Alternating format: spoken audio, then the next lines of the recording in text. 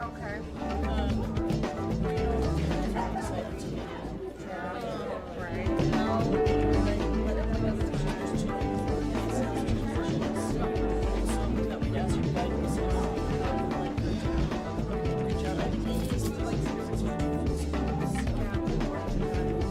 It would be helpful if it was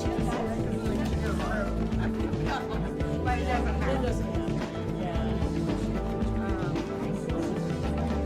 You know, and I don't see what website it is. So, so I would say that, you know,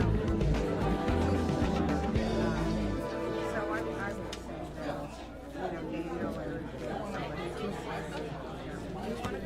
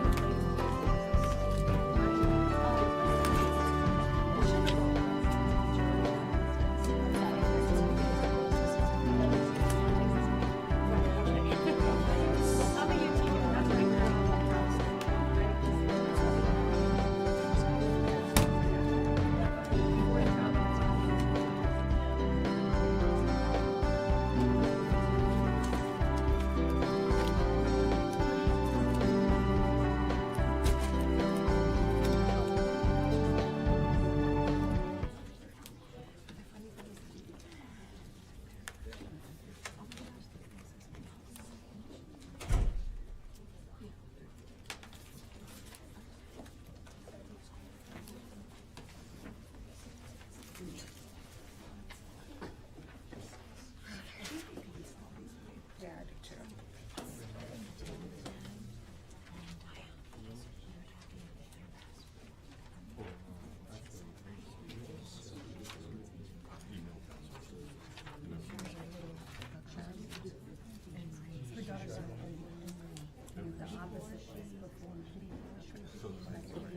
Well, Hinkle's grandson, all the kids that didn't believe you liked it or you were what changed.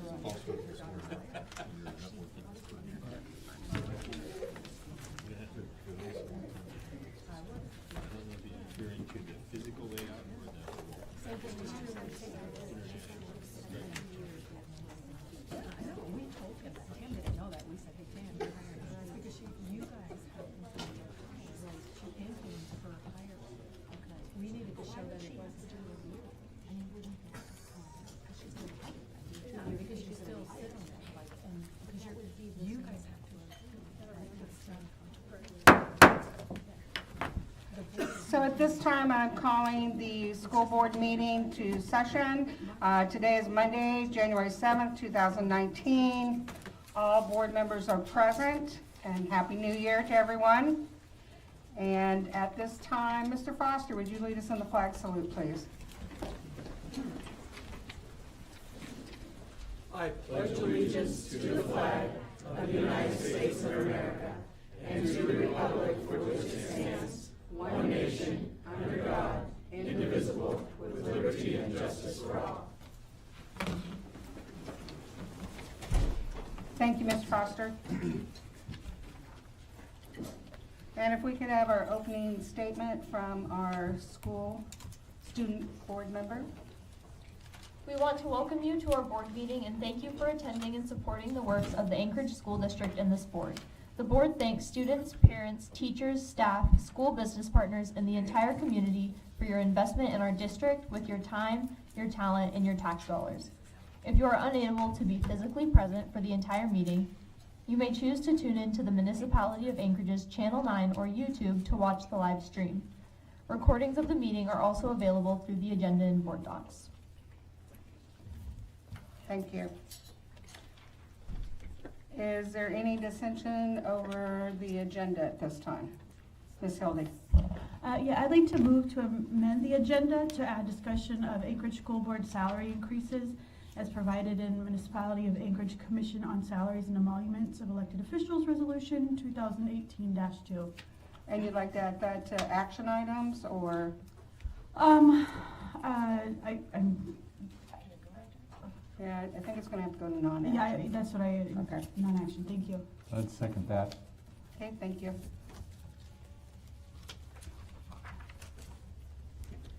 So at this time, we're gonna have our military report, and that's Colonel. Carranza, thank you. Correct, we need to.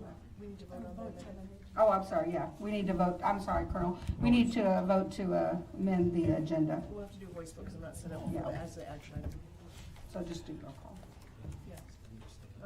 Mr. Foster? Mr. Donnelly? Yes. Ms. Hildy? Yes. Yes. Mr. Holman? What's the question? This, amend the agenda to add a discussion on school board, yes? Okay, And okay. so all in favor? Yeah. And so the approval agenda with that amendment is passed. Okay, sorry. That's okay, thank you very much for the opportunity to speak to the school board again. Colonel John Carranza, the Mission Support Group Commander here at J-Bear. First, I wanted to say how grateful we as a community are that during and after the earthquake, that the school district faculty and staff cared for and took care of our children in a way that makes us truly feel part of the community. So thank you for that. As we transition to Mountain Spur's final semester, we're going to be partnering with the principal, Mrs. Walker, to ensure that it's a celebration of the history of the school on the base. We want to make sure that the support to students and parents and staff is good. And our youth program, which provides before and after school care for students attending school district schools on J-Bear, we're going to work closely with the principals of the impacted schools to ensure that that transition for the students is smooth. Regarding Greening Middle School and Eagle River Elementary School moves, recognizing the large scale of move of the Greening School and the Eagle River Elementary School, we're grateful that the activity bus for J-Bear, students attending both of those schools, has continued. This bus allows for many students to participate in after-school clubs, sports, and even homework help. And we appreciate the district's commitment to these students who don't reside within the traditional neighborhood boundary. Lastly, our military family life counselors who assist students as they transition around. Our counselors that were assigned to Greening Middle School and to Eagle River Elementary School, they've moved along with those students to the new buildings to offer that same level of support for students. And these counselors have been welcomed into ASD schools for the past 9 years, allowing military-connected students to take advantage of this unique program. We continue to stress that we appreciate the school district and the way that it embraces us as a community, and thank you for caring for and loving our students. Thank you. Thank you so much.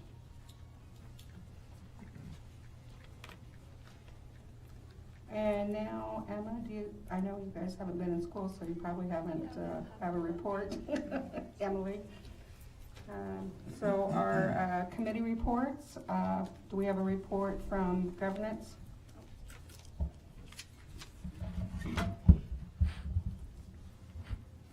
Thank you, I just pointed up.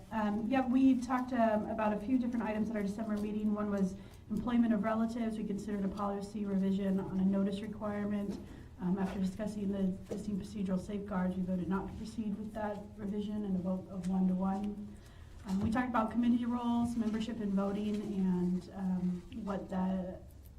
just to clarify that our committee should be 3 people, and member Marcia had considered redefining maybe ex officio after reading this report, so maybe you'll speak on that in a moment.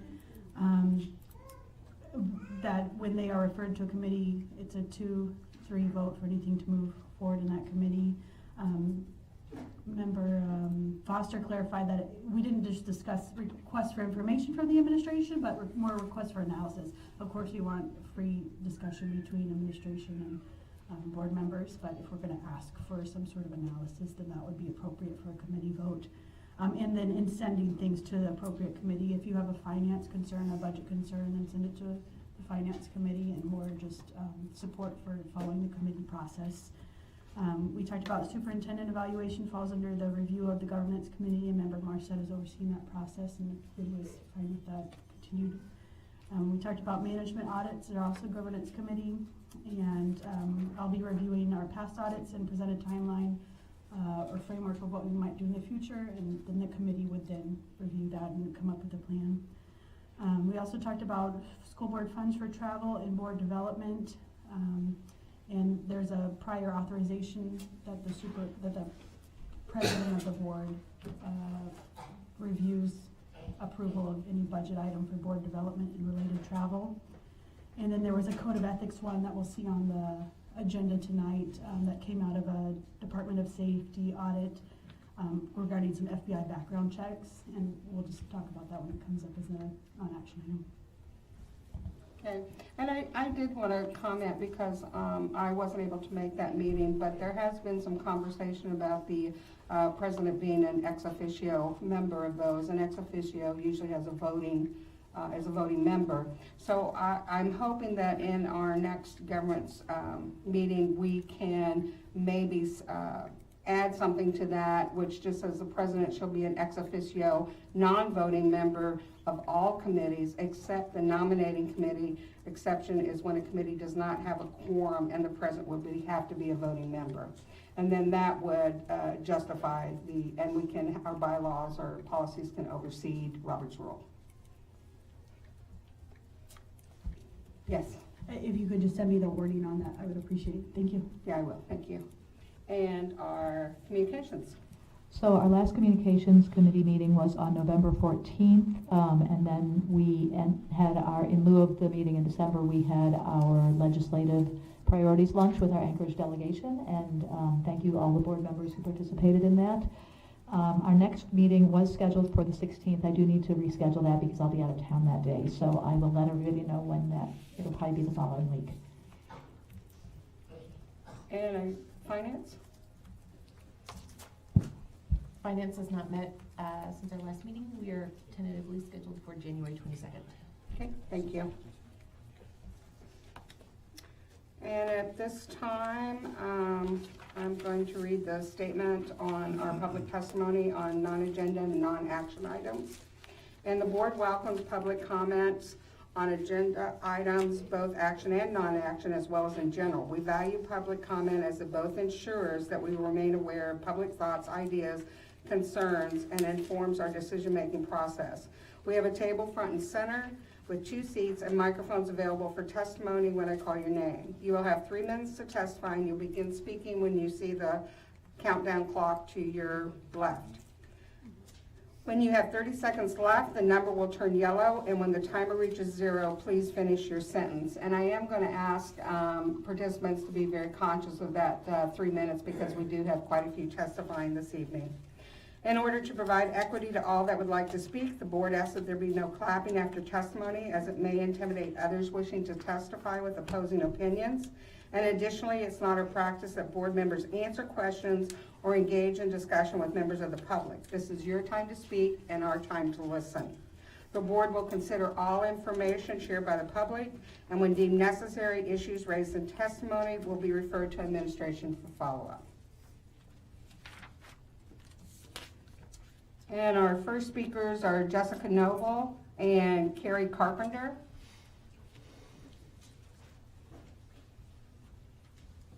And Jessica, you will be our first speaker when you see the countdown clock to the... I think Carrie wanted to go first. I told her. Oh, Carrie, did you want to go first?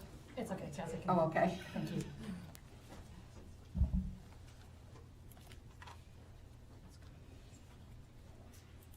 There you go. Hi, my name is Jessica Noble. I have a 4th grader and a kindergartner. in the Anchorage School District, and I wanted to speak today because my kindergartner can't finish his lunch currently during his allotted lunch time. I really was compelled to speak when he started telling me he was hungry, and I can open up his lunchbox at night and I can tell you how my evening is going to go by how much food is left in his lunchbox. I work full-time, so I'm not able to go to the school during the day and help him out. And this has really made me focus on a dinner. I feel like I rush breakfast because I'm getting to work. He's rushing lunch because he doesn't have enough time to eat. And so I really make sure that we have a healthy dinner and we're having discussions as a family, and that he has one meal that's relaxed and he has enough time to eat. And I'm not saying he's perfect. He absolutely dawdles. I'm sure other people have kindergartners that dawdle, and it's just a fact of life that he needs a little bit more time. The other problem that I've had with him is that he can't open a milk carton. It never occurred to me before he went in kindergarten that he would not be able to open a milk carton, and that takes away from his eating time also. And I do think that there has to be other kindergartners and first graders and second graders and maybe even older kids out there in elementary school that need more time for lunch. And I also believe that we need more time for recess. I think especially Alaskan children, I think November, December, and January is very, very dark, and I think that I personally spend 30 minutes a day at lunchtime. I try to get some vitamin D and some light. You go to work when it's dark, you come home when it's dark, and I really feel it's important for my kids to get some light during the day. So I would ask you guys to consider having 30-minute recess and 30-minute lunch for all elementary school children. I believe it's very important for their development, their ability to learn and to pay attention in class. And one of the solutions that I thought you could get 15 minutes of time after the WIN program or in exchange of the WIN program, because what my child needs is to be able to eat and to be able to play so that he can learn. Thank you for your consideration. Thank you for your testimony. And before you start, Carrie, Spencer Carpenter, if you could come up. Sorry.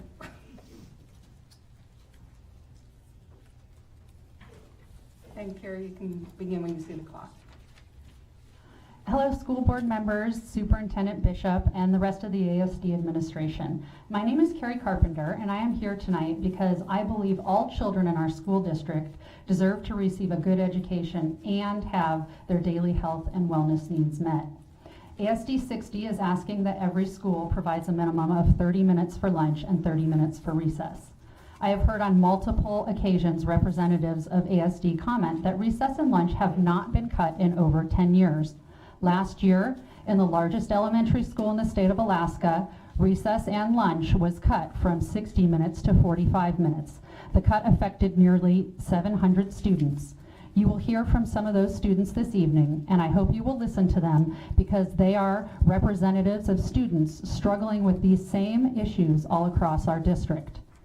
I've heard school board members say recess and lunch are important, but we just don't have time for it. And I have a story about that. 7 years ago, I was working as a civil engineer. My kids were 1 and 3. My husband was also working full-time. We had a busy house. I thought I did not have time to fit anything else in my schedule. But then I got cancer. I had to make time for the treatment. And we're not talking about 15 minutes of treatment. We're talking about hours upon hours upon hours of treatment. We make time in our schedules for the things that are important. The health and wellness of our kids is as important as their reading scores, and we need to make time for it. The good news is we don't have to pick reading scores versus healthy children. The way to better reading scores is through better health and wellness. The achievement gap continues to widen, but we can change that. Given a choice, parents across the school district are overwhelmingly choosing schools that allow for longer recess and lunch. Why is it just the lucky kids that attend the charter schools and optional schools that get the time needed to eat lunch and get exercise required for their brains? I'm here tonight to speak not just for my children. As you will see, they can speak for themselves. But I also want to represent the parents that can't be here tonight because they work 2 jobs. I want to speak for the parents that love their kids just as much, but they don't have the financial resources or the time and transportation that is required for activities like Junior Nordic after school. And the neighborhood isn't safe enough for the kids to play outside. These are the kids from the Title I schools, the schools that have lower test scores. Some of these kids will only get their physical activity during school hours, and they'll eat a bag of potato chips for dinner. These kids deserve as much from their school as the kids that go to other schools that provide what we are asking for. Help close the achievement gap, feed hungry kids, provide the brain food, nutrition, and exercise that will help all kids reach their potential. 5,300 people have signed our petition, and we are asking you to pay attention to the concerns of the community. Then we can all sleep at night knowing that we've done the right thing. We've made time for the things that are important for our kids to grow and thrive, not just as readers, but as human beings. Thank you. And Spencer? I think you'll see the clock right over here.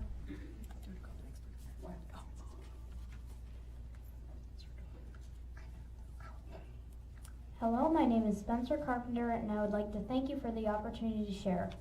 I'm a 5th grader at Sand Lake and one of many students that have come to testify today. I've been noticing some changes since our lunch and recess was shortened. When our recess was shortened to 20 minutes and our lunch to 25 minutes, I noticed that some of the students that were having a hard time already were having an even harder time. For example, one of the students in my class that was having a tough time, your normal troublemaker. But after recess was shortened, he didn't get all of his energy out. He started to say and do inappropriate things and curse a lot. It only got worse as time went on. This has also affected me too. Oftentimes I am restless and hungry during class. I've seen this in other students as well. In the lunchroom, which, by the way, me and almost all of the other students dislike compared to when we had lunch in our classrooms, there are adults yelling at us to be quiet. Not only that, but when our principal comes in, we are not allowed to talk at all. There are at most times about 200 kids in the lunchroom, half of which are probably talking. How do you expect it to be quiet? Lunch is 25 minutes out of 45 that we are allowed to talk to each other. It seems wrong to take that away from us. There's also this job that you can do called CIA, Cafeteria Intelligence Agency. To do CIA, you have to have good grades and finish lunch 2 to 10 minutes early to go around the NPR, pushing a trash can and saying, "Trash, does anybody have trash?" However, some students may disagree. I do not like this. It encourages students to eat faster than we already have to, and it allows kids to throw away half or uneaten lunches, either because they don't have time to finish them or they don't want to eat them. This brings me to my next topic. Because we have lunch before recess, some bad things are happening.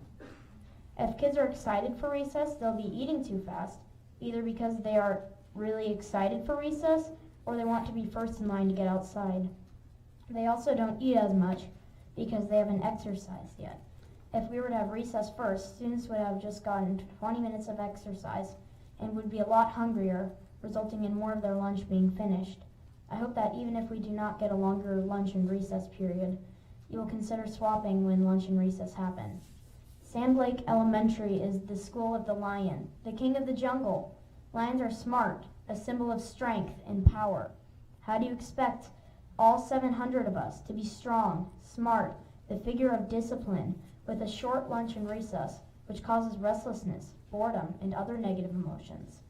I hope you change your mind about shortening lunch and recess. This means a lot to all of us students. Thank you again for your time. Thank you, Spencer. And I have Anna and Clint Carpenter.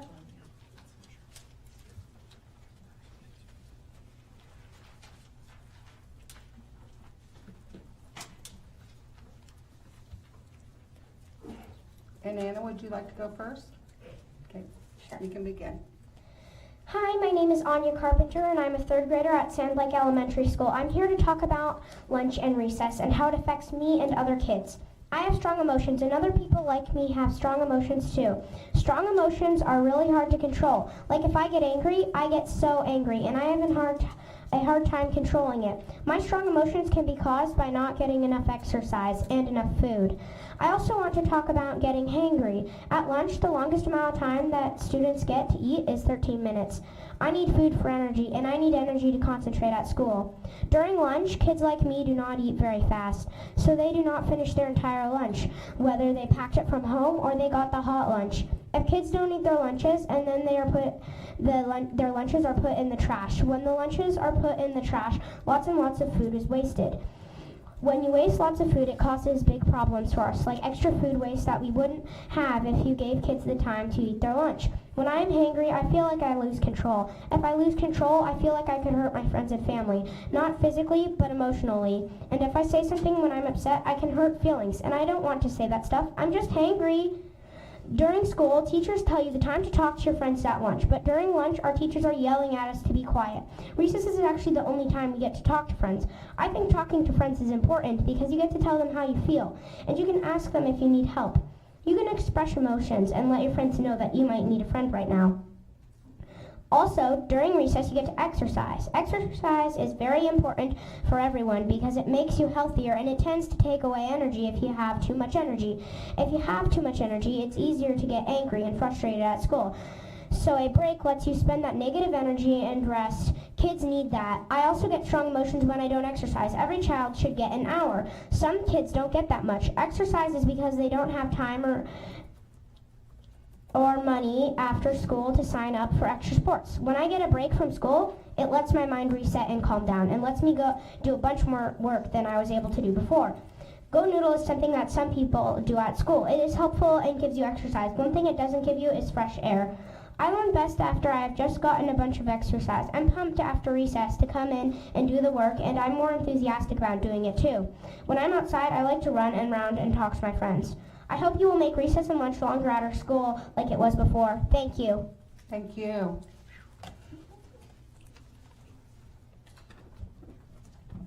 I'll let you go ahead and begin.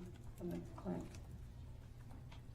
Hi, my name is Clint Carpenter, and I'm fortunate to be the proud parent of the two kids that you just heard from at Sand Lake Elementary. I'd like to talk a little bit about recess and academic achievement. When we first started campaigning to have Sand Lake restore their recess time, a common refrain that we heard from both administration, school district officials, and others was that they love recess. Recess is wonderful. It helps build healthy children, helps fight childhood obesity, provides wonderful social interactions, but they have a mandate to provide a certain level of scholastic achievement from our children. And their take was that that achievement was best earned through education time with children in seats. And it set up this conflict between choosing from the benefits of recess versus that time in seats. And my point is that we don't need to set these up as a conflict with each other. In fact, the recess time will help us reach our scholastic achievement goals and achieve higher test scores. Our children can achieve more if they're more efficient at the learning time they do get while they're in their seats. I don't know how it is for the other households here, but in our household, when we see a child having a problem, they're melting down, or they're unable to deal with a routine task, we ask them immediately two questions. When did you last eat? And when did you last get some exercise? Because those two keys are fundamental in our household for how we can do problem solving and how we can deal with stressful situations. I don't think it's any different in our schools. And in fact, the studies back me up. There are literally hundreds of studies that I don't have time to show you tonight, but I can share links if anyone's interested, that show positive correlations between the amount of exercise that children get and their scholastic achievement. It turns out that more exercise means that children are more able to focus. They have a better ability to learn tough concepts, and they can retain the information that they get. It's not just about the time in seats, but the quality of the learning that happens while the children are in those seats. If we could get just 4% more efficient of learning of the time that our children are in the classroom, we could make up the 15 minutes that we're asking we restore to those children in the classroom and in the lunchroom. I'm sorry, on the recess and in the lunchroom. So my conclusion is that this is not really just about balancing the needs of recess with our academic goals. but rather that lunch and recess are the means by which we can achieve our academic goals. They are the best way that we can get there. And we get the benefits of recess too. Thank you. Thank you. If I could have Tobias and Chandra O. I figured you're only Tobias.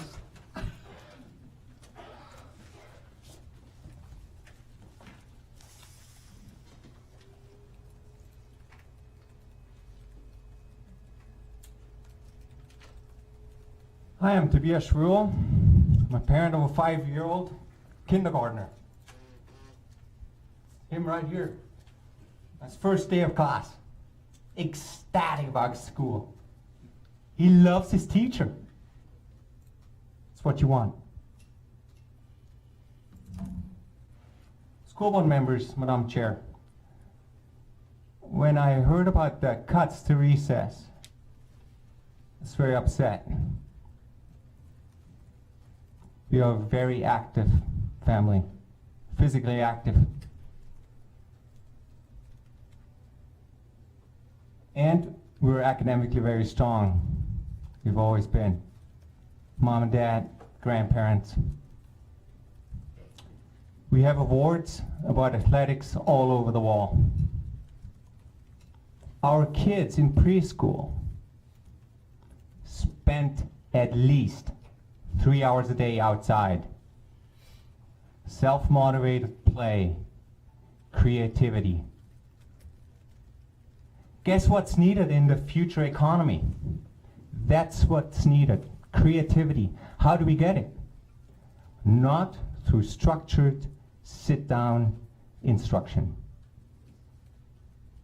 It's mainly self-motivated, driven kids who are willing to learn, who love to go to school. In October, I can tell you, the implementation of WIN was not a win for my family. This ecstatic kid, within just one day, from Sunday to Monday, turned out to be coming home upset, laying into his younger brother, frustrated, tired. He doesn't want to go back to school. Is that the right way? Schools are not failing. Teachers are not failing. We have teachers that have decades of experience. I've watched all the entire testimony from all the teachers for hours and hours. What I see this district needs is trust to be rebuilt between the teachers, the administration, and my question to you is the board failing?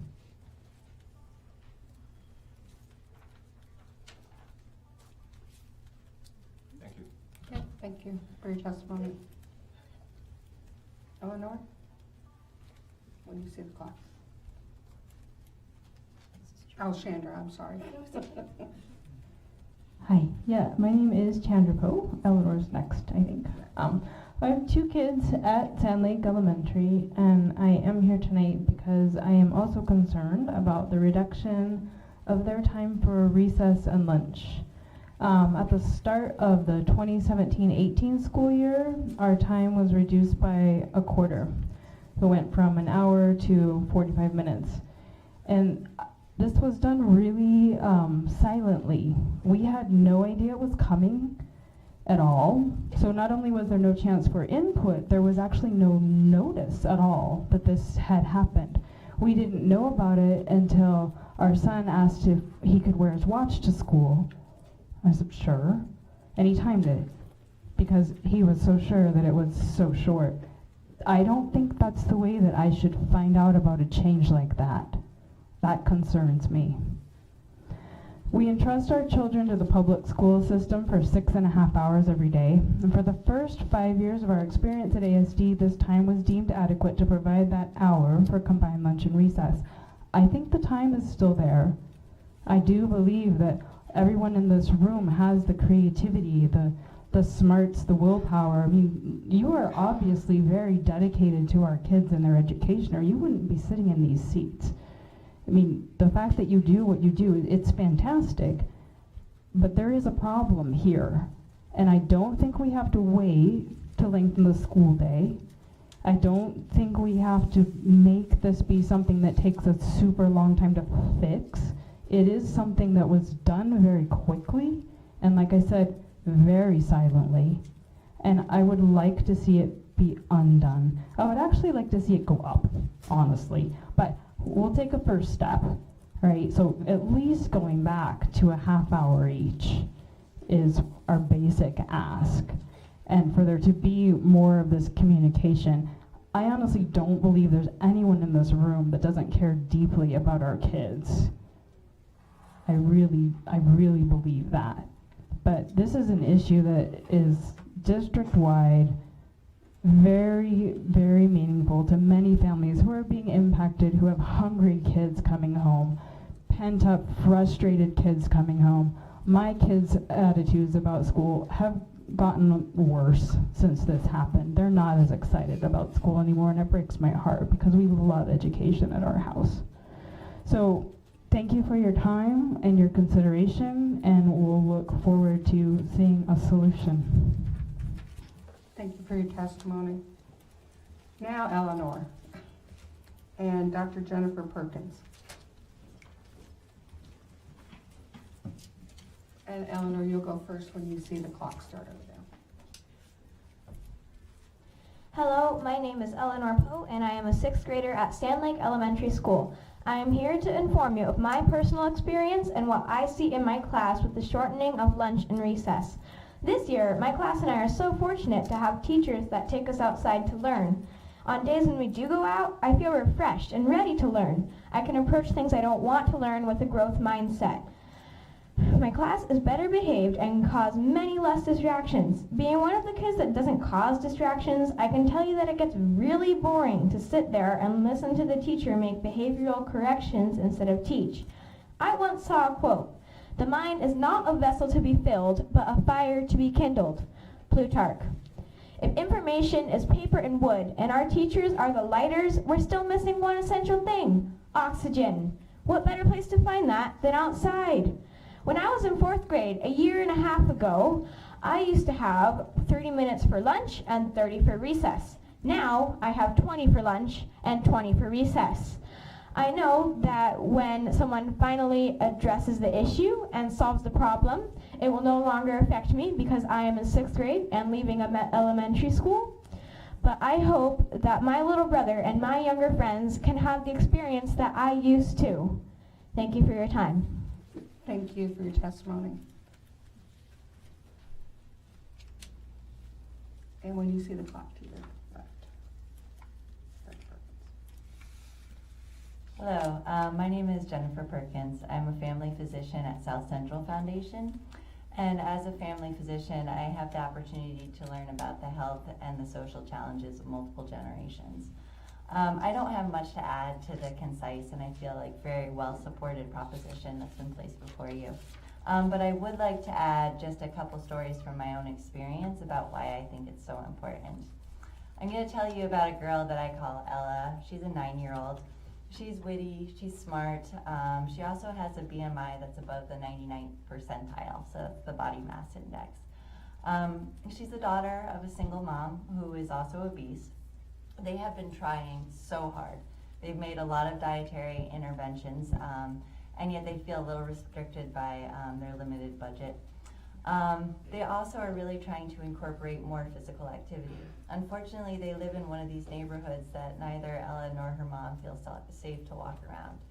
So the only physical activity she gets during the day is at school. Also, Ella comes home hungry, and this was always perplexing to me. She snacks on whatever she can get her hands on until dinner. I never thought to ask about lunch because I knew she qualified for the free lunch. It wasn't until I became aware of this issue that I realized that she might not have time to eat. And then there's Anton. Anton is my 8-year-old, I'm calling him Anton, it's not his real name. He has ADHD.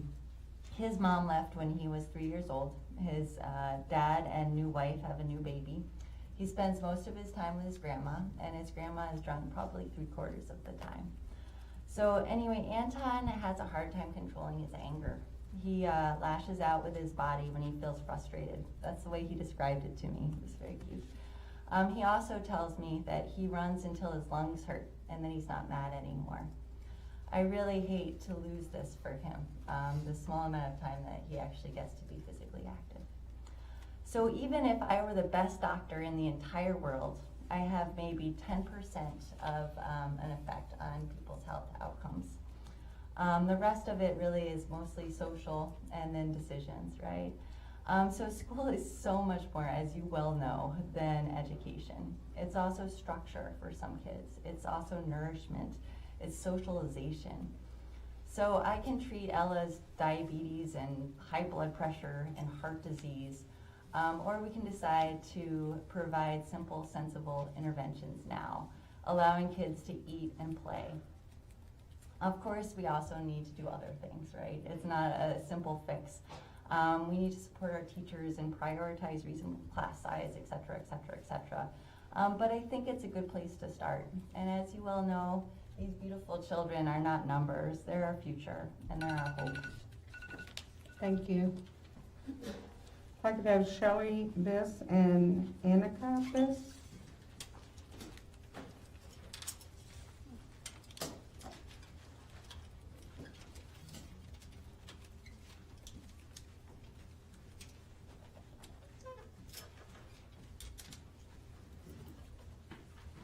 And David, are you part of this group too? Yes. Okay, you want to come on up, David? David? Oh, there he is. Yeah, and you can pull up another chair there if you like, just from the front. My name is pronounced Annika, not Annika. Okay, sorry. A lot of people make that mistake.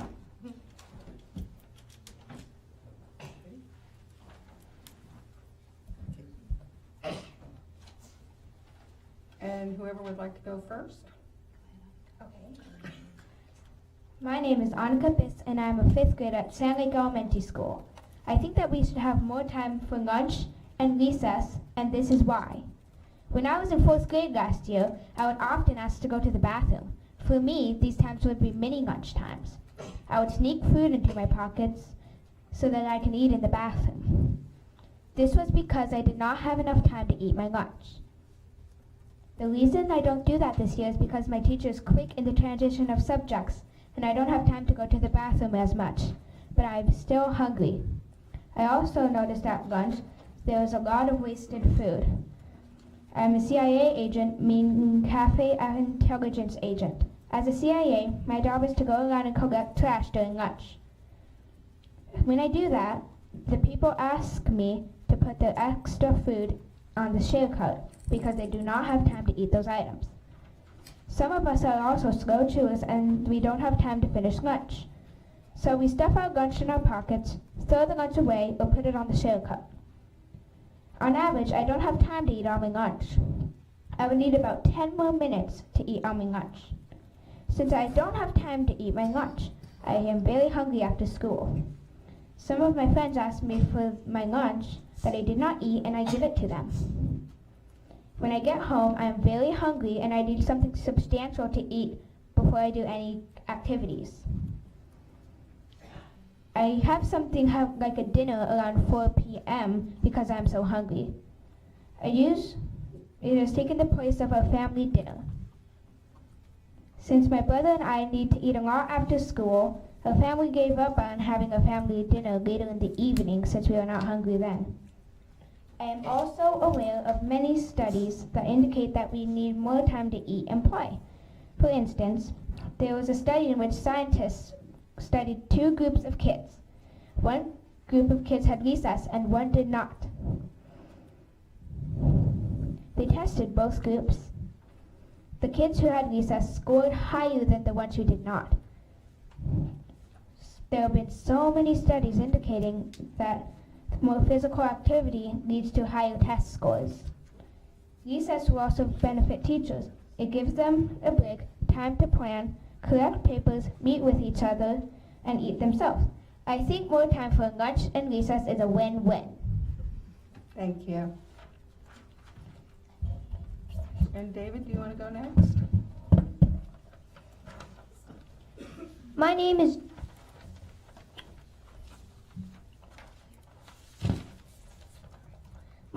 David Biss, and I'm a third grader at Sand Lake Elementary School. I think that we should have more time for lunch and recess, and this is why. I've been diagnosed with problems and sensory processing. That means I struggle controlling my body, since I need a lot of joint stimulation and pressure on my body. I had an IEP until last year, and now I have a 504 plan that says I need more activity to help with this. For instance, I take a lot of breaks to the bathroom and to the water fountain.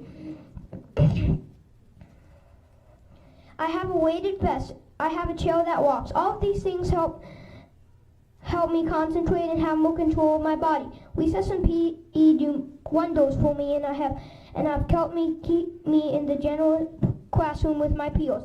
I do better with more activity. I would be more focused and concentrate more if I had more recess. I know that I'm smart, and it really helps when I could be calm and apply what I know. When I have PB and more activity during certain days, I am in more control of my body. It really helps me to take a brain break and help me concentrate and be more disciplined. It helps me get better grades and do better on tests. I get in trouble more and get all crazy when I have more blue slips, when I can't get the activity I need. When I have more activity, I'm more focused and do better school, and I get higher grades. Without enough time to eat, it has led me and my peers to make some bad choices because there was not enough time for lunch and recess. Some of us sometimes sneak food from the share cart. We don't always ask permission, feeling rushed through lunch and hungry. With more lunch and recess time, we would not feel the need to do this, since we would have the time to ask permission and eat what we need. Thank you.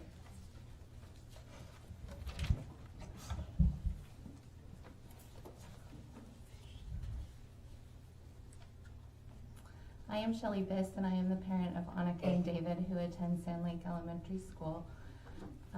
What we have to say is personal family information, and we're not in a habit of sharing with the general public. But I'm hoping that by sharing, we will help initiate some change. I have noticed a difference in both my children now that there is less time for lunch and recess. With Annika, I have found that she has been very lightheaded and does not answer simple questions well after school until she gets something to eat. When I pick them up from school, the first question they have is, "Did you bring me something to eat?" My kids just seem really grossly hungry, and I have scheduled time after school to eat about 30 or 45 minutes before any activity. Without this time to eat, they are not able to do much of anything well. For David, I have found that he has more discipline problems when not given enough time to eat or be active. He brings his fruits and vegetables home, saying he does not have time to eat them, for he prefers to eat the nutrient-rich foods first, since they will stick with him longer. By the time he gets to his fruits and veggies, lunch is over. I have found a direct correlation between when he gets more time to play and take brain breaks and run outside, and how focused and disciplined he is.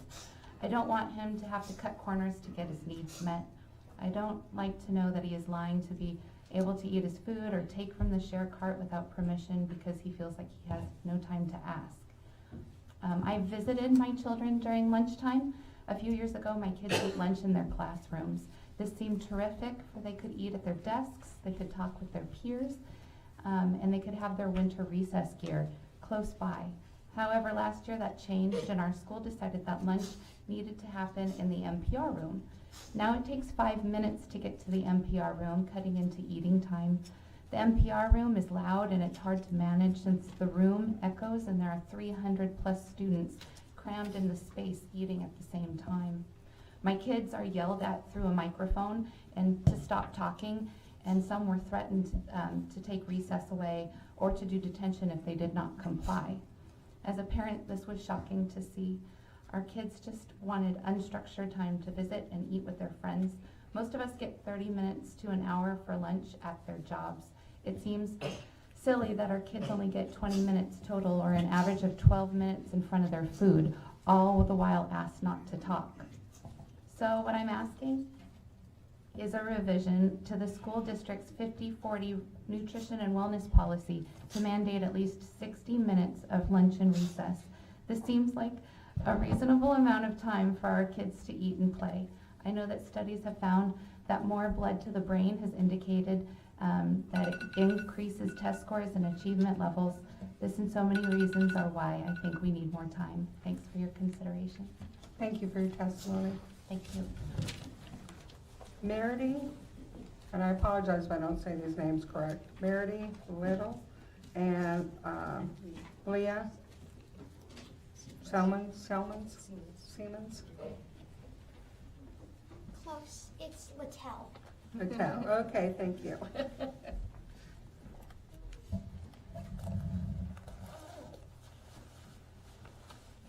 And you can begin when you're ready. Thank you for taking the time out of your day to listen to my opinions on how much time students should get for lunch and recess. At my school, when I walk into the NPR for lunch, I have 20 minutes to get all the things I need, sit down, eat, and clean up. My usual routine for eating is get your lunch off the cart, sit down, and start eating immediately. This way, I have enough time to eat as much as I need. Others, however, are not so fortunate in the way that they have to get hot lunch. They may wait in line for up to 5 minutes before they can sit down to eat. When it is time to clean up, our school goes class by class. The first class may clean up 5 minutes before the end of lunch. If a student had to get hot lunch and they were in the first class to clean up, they may have 10 minutes or less in front of their food to eat. This is not enough time to finish their lunch. Even I, with 15 to 18 minutes to eat, don't finish my 4-part lunch. There have been improvements in my school at lunchtime. There is now a timer so that we know how much time we have left to eat. The lunch line also flows more smoothly, but there is still room for improvement. We could have more time for lunch. I am asking for 30 minutes for recess and 30 minutes for lunch. This way, all the students in my school and others can perform well. This way, our grades will reflect what we try to do. Thank you. Thank you.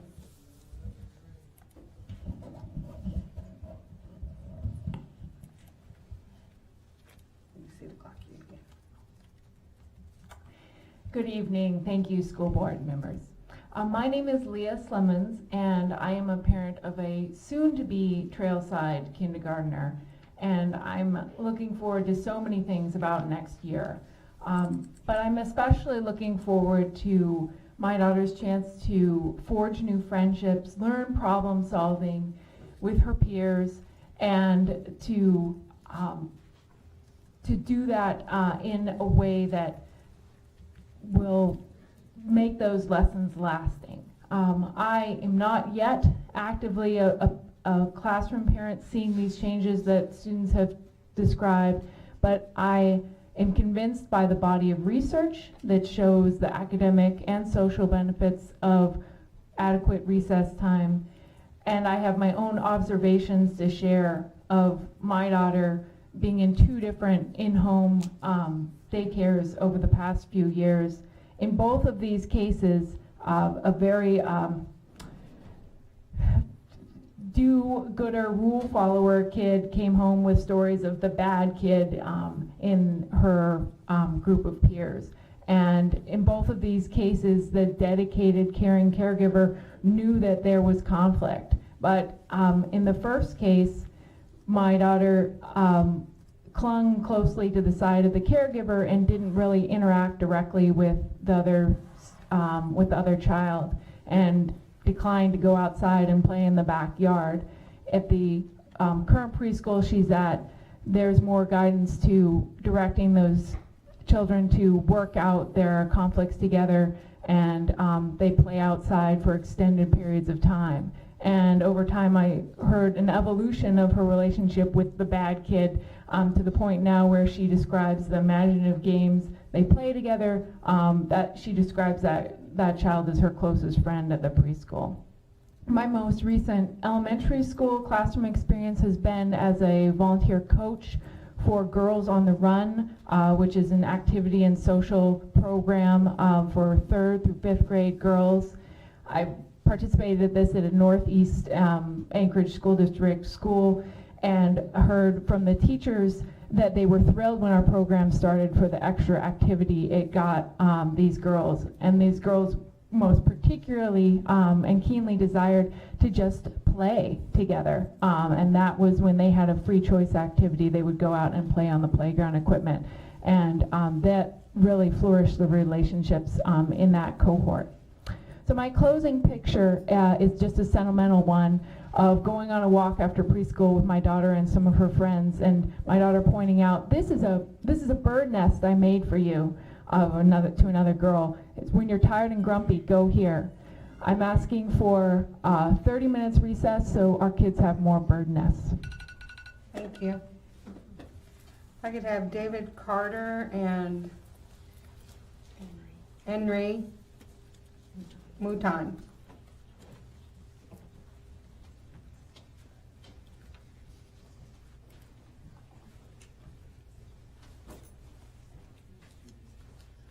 And David, you can go first. When you see the clock there. Good evening, Dave Carter, and I'm a retired attorney here in Anchorage. I didn't come to talk to what all the other people are talking to you about, but it ties into what I did intend to talk to you about, and that's common sense, logic, and reason. And I don't have any young kids in school. I have a dog in that fight, but it's completely irrational to force these kids to try to eat in such a shortened time or not to have enough exercise. That really tugs at my heart, and I hope as a community that we can do much better and fix that issue right away, and we can. Anyway, so what I came to talk to you about is rational and irrational thought. A lot of people don't read the newspaper anymore, but I still do, and I paid for an ad which appeared in the ADN on December 21st. And so on December 7th, there was a story about a state senator from Florida, modern day senator, who after another school massacre down there said she had been inspired by Santa who spoke to her in a dream. Her suggestion, prominently display In Santa We Trust in every public school in Florida. And her credulous colleagues thought that was a good idea. So, some of you may have figured out that I am interchanging Santa for God. They are interchangeable. They're all made up by people. So we certainly don't want anybody suggesting that we should be trusting in gods which are just made up by people. We need more reason and rationality.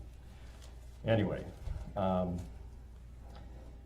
as I noted in my article, why do religious teachers fear having their students do their own research about things like the resurrection and ascension?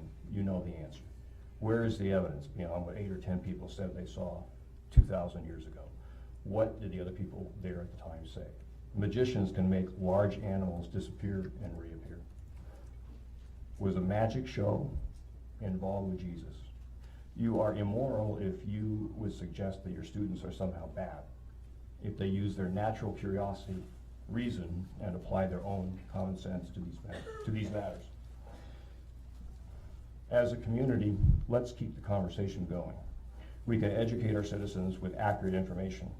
We can and should allow our citizens to inquire after additional evidence to support supernatural and inspired stories brought to us by our religious friends. It would appear they are mistaken, and that many of our neighbors only say they believe in these things because they are told they need to believe in them. Enjoy the winter solstice. Be nice to each other all year long. Remember, we are all people. Try to be more humanitarian towards other humans. Thank you. Thank you. When you see the clock, you can begin. Okay. So, my name is Ari Mouton. I am in 4th grade in the highly gifted program at Rogers Park Elementary. So from the beginning of school at 9 o'clock at the first bell, we have to, until 3:30 p.m. at school, we have to follow rules and go to class. It can be kind of stressful for us. We stand in straight lines, walk in single file, no talking, no playing most of the time, and work. 2 days a week in my class, we have PE. Other than PE, recess is the only time we get to have physical education or a time to go run around. Recess and lunch are opportunities to relax, to socialize, also to unwind, and to prepare for another 3 hours of rules and work. In a 6-hour day, only 20 minutes are we allowed just to play outside. Even 25 minutes that we get to eat, we are still following rules. Eat quietly, no getting up to get a drink or use the bathroom, raise your hand, do this, do that, be orderly and behave. 5 minutes after the second bell, we start math. Math is in another room most of the time, so we line up quietly and walk single file to math. Right away, we start working. After math, we line up and walk single file and immediately start work. Then we do reading or another activity. Work is quite stressful for kids. Also, it's hard to concentrate and pay attention really long. At recess, we get to run and hang out with our friends and chill out. Also, we get to meet other kids in the school, but it's still limited because we can only meet kids that are in our own grade. We get to socialize with them, we get to relax and decompress and unwind. At lunch, we sit with our class, the kids we meet every day and see all day. And also the clock that's telling us how much time we have left. It kind of stresses some people out to see how much time you have left. Who wants to be stressed out when you're eating? Probably no one. Also, we aren't allowed to get up to use the water fountain or use the bathroom. We are told we should have done that at recess. If we forget a fork or a spoon, we have to raise our hand and wait for a teacher to get one. And sometimes it really takes long, which wastes lunchtime. By the time we get inside and seated, part of lunch is already gone and we don't have much time to eat. Thank you. We have Brandon Wilson and Heather Poe next, please.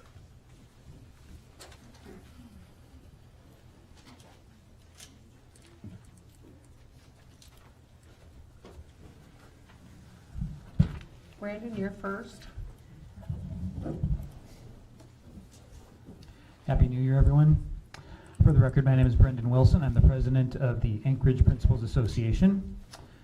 In accordance with board policies 4143 and 4243, and on behalf of the Anchorage Principals Association, I am notifying you of our intent to begin bargaining.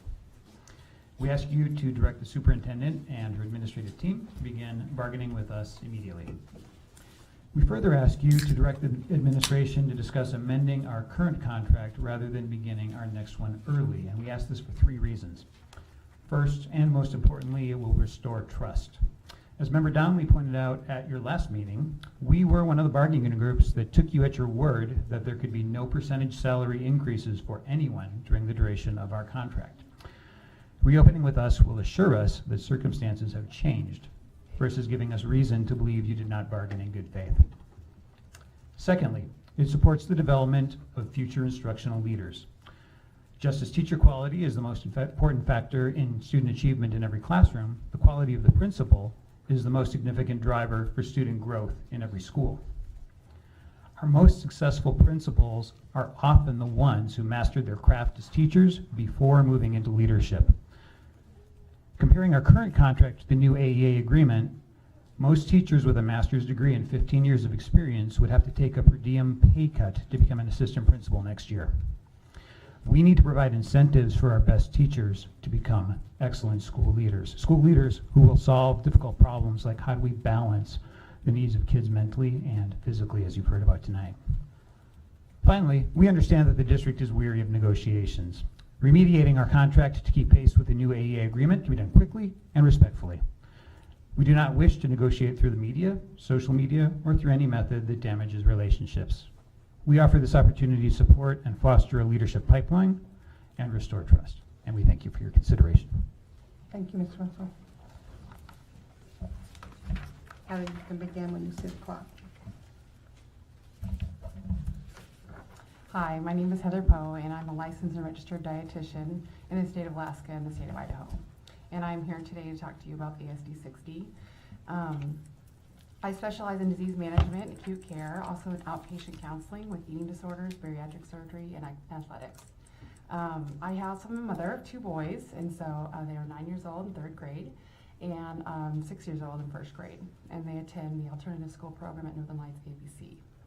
And I kind of wanted to present some things about the research that has to do with blood sugar levels and also with activity and then the food choices and food behavior. Some of the research presents that children need actually 25 minutes of seated time before a meal to appropriately choose the healthy food groups, very specifically fruits and vegetables and the milk group. If they have less than 20 minutes, they are seen that they would just throw them away.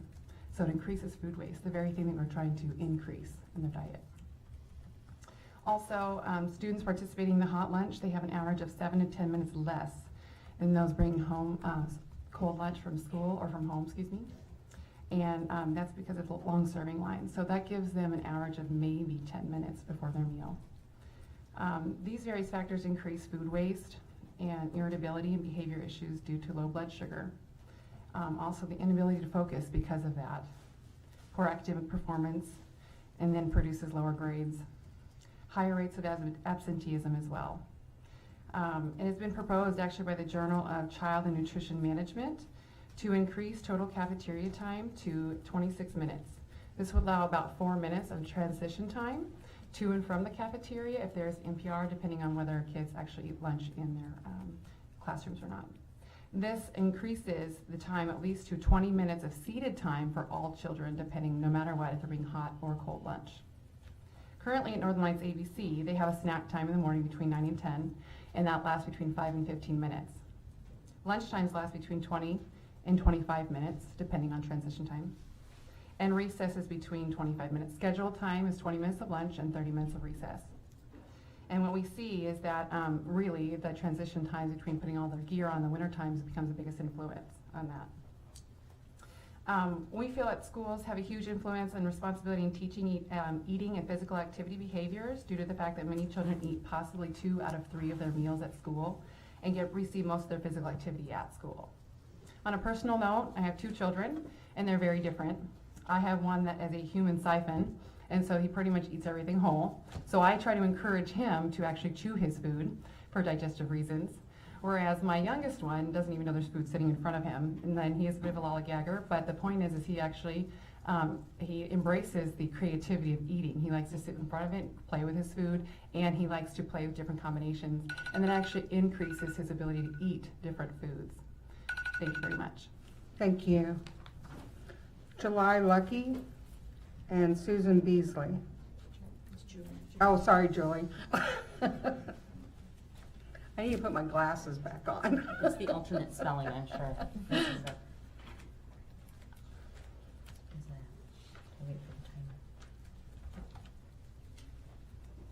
Hi, for the record, my name is Julie Lucky, and I'm a parent of 2 kids at Inlet View Elementary School and the current president of the PTA. Today I'm testifying in support of planning funds for Inlet View Elementary modernization and safety improvements. Sorry, that's a mouthful. I'm here today because I'm a little confused, and I'm not sure if the board is confused, and I'm hoping to provide a little bit of clarity. When my daughter started at Inlet View as a kindergartner, the Anchorage School District had a plan to methodically update and renovate the older elementary schools. I would call this the ultimate in deferred maintenance, a grand plan to renew aging infrastructure. By 2014, Inlet View Elementary was the next, and I think one of the last schools on the list. At 235 students, our school was at 86% of the district's stated capacity of 273 students. However, at that time, the school board decided to take a breath before committing funds and determine whether all the schools in the district were needed. As a taxpayer, I supported this effort. What we learned through those studies was that Inlet View would cost more to close, and in the latest CIP, it was even recommended that the planning funds appear to totally replace and expand our school. Oddly, with the addition of only about 15 students, we are now at 143% of the district's stated capacity of 170. So there were some rumors that our school was being doubled, but our actual school count has not, student count has not gone up that much. That is if I'm reading the documents right, but as I said before, I'm a little confused by the documents. Even though our school was proven to be worth the investment and 5 years older, Inlet View is again not on the bond as proposed in the district's 6-year plan. We have also heard rumors that there are plans to consolidate our school with Central Middle School, and then also heard conflicting statements that there are no plans or proposals to do so. So it's all very confusing for us, and so I was hoping to provide the board with some statements of clarity from what the parents want at Inlet View. First, the parents and community members do not support moving from our current location. If it is the district's intent to invest in Inlet View at our location, starting the planning process now would stop that rumor mill. I have had parents ask me every year that I've been on the PTA if they should bother enrolling their children here because they heard that our school was closing. So it would be great if we could at least put those rumors to bed. Inlet View was not under capacity in 2014 and is not overcrowded now. Our principals have tried to maximize our facility. We do have kids that go to some of the neighborhood charter schools, and we also have parents that choose to come to Inlet View for various reasons. Either they went there as children and they want their kids to go there, or they may have been students previously and want to come back. I'm sorry, I realize I'm running out of time, so I'll try to be a little quick. Parents are not asking for extra classrooms or a 2-story building. What parents want is to have the necessary modernization done, and that includes, I know that you received our written testimony, the items on our written testimony, which is safety improvements, including line of sight from the office to the front entrance, no rodents, and safety sprinklers, and if possible, we would like to have a gymnasium in addition to the MPR to offer more robust after-school and athletic programs, which has been done in other elementary schools. In short, we'd like to start the planning process now so the district can work with stakeholders and determine what's the best plan to move forward. By allocating planning funds now, whether from new bond proceeds or existing funds, we will be shovel-ready for construction funds as soon as the state bond moratorium is lifted. Thank you. Thank you. And Susan, you can begin when you see that. Okay. Hello, my name is Susan Beasley. I'm a pediatrician at Anchorage Pediatric Group, and I'm also the mother of young children enrolled in ASD elementary schools. So I'm speaking to you as a pediatrician and as a mother. This is the story that I hear. Jason is not eating his lunch because he spends his lunchtime in line. By the time he sits down, he eats his tater tots and wastes the protein in fresh food. Jason's been getting in trouble in the afternoons too, and he's having a hard time focusing. What should we do? We have a problem on our hands. 10% of students have ADHD, another 10 have behavior problems, and 35% are overweight. I'm faced daily with increasing demands for stimulant prescriptions, growing mental health needs, and an overwhelming obesity epidemic. Pediatrics at its core is about preventing problems and forming healthy habits. That means helping children make healthy food choices. It also means giving children time to be active and free time to be creative and social. In my office, it means prescribing children 5 fruits and vegetables per day and an hour of playtime per day. I'm here in support of ASD 60's initiative. Children need time to eat a relaxed and nutritious lunch, and they need more time to play during the school day.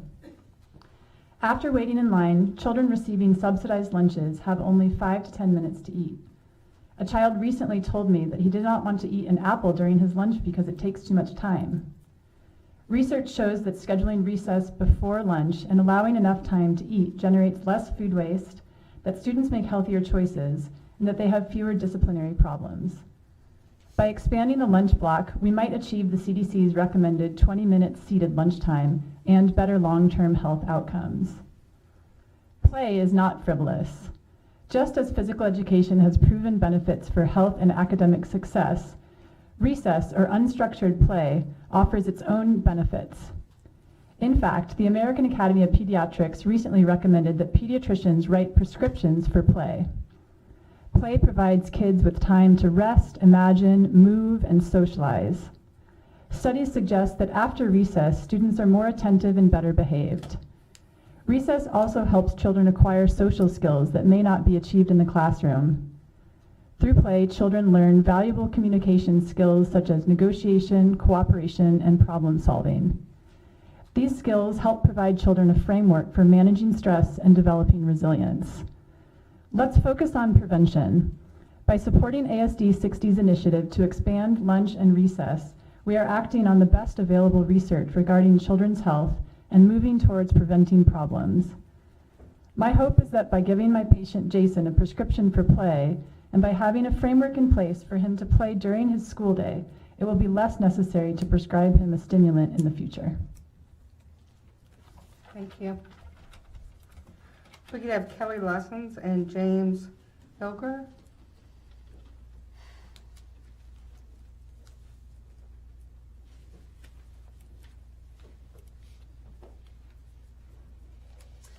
Good evening. It's nice to be before you again and not just behind a computer sending you things. My name is Kelly Lessons. My husband Dave and I are the parents of a second grader at Trailside and a 4-year-old who will enter in 2 more years. When our daughter was in kindergarten, we stopped packing food that required extensive chewing. No more carrots. But even now, eating a lunch filled with soft foods in a proctored lunchroom relying on 5 minutes of silence, she will rarely finish and comes home ravenous. While this has been a major source of frustration, we ensure that she's not undernourished. We also prioritize additional opportunities for activity because her 22.5 minutes of recess provide only 30% of the moderate to vigorous activity that the CDC says she should engage in each day. But not all ASD families can compensate for what I'm calling scheduled shortfalls in their child's day. This year, all ASD elementary schools have been instructed to provide a minimum of 45 minutes for recess and lunch.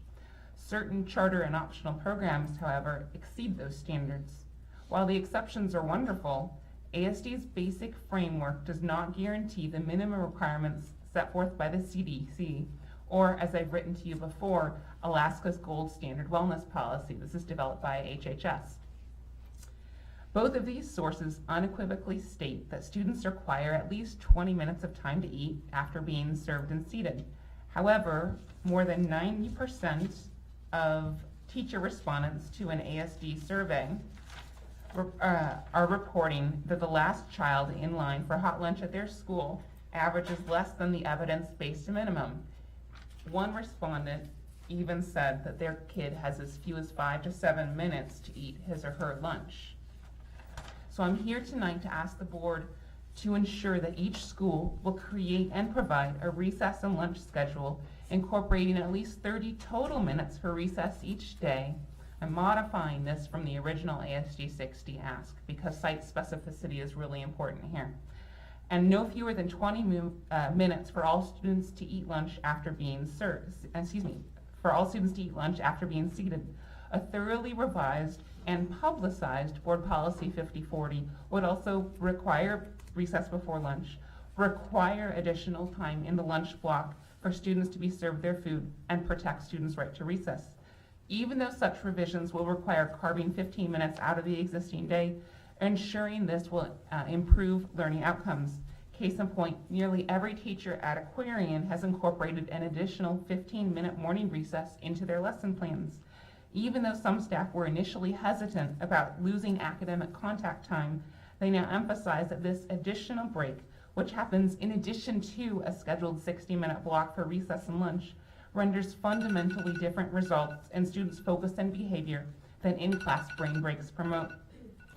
Although these changes will require compromises and efficiencies, we are absolutely certain that they're going to bolster all students' long-term well-being, which I know each of you cares about. Thank you. Thank you. James, you can begin when you see the clock there.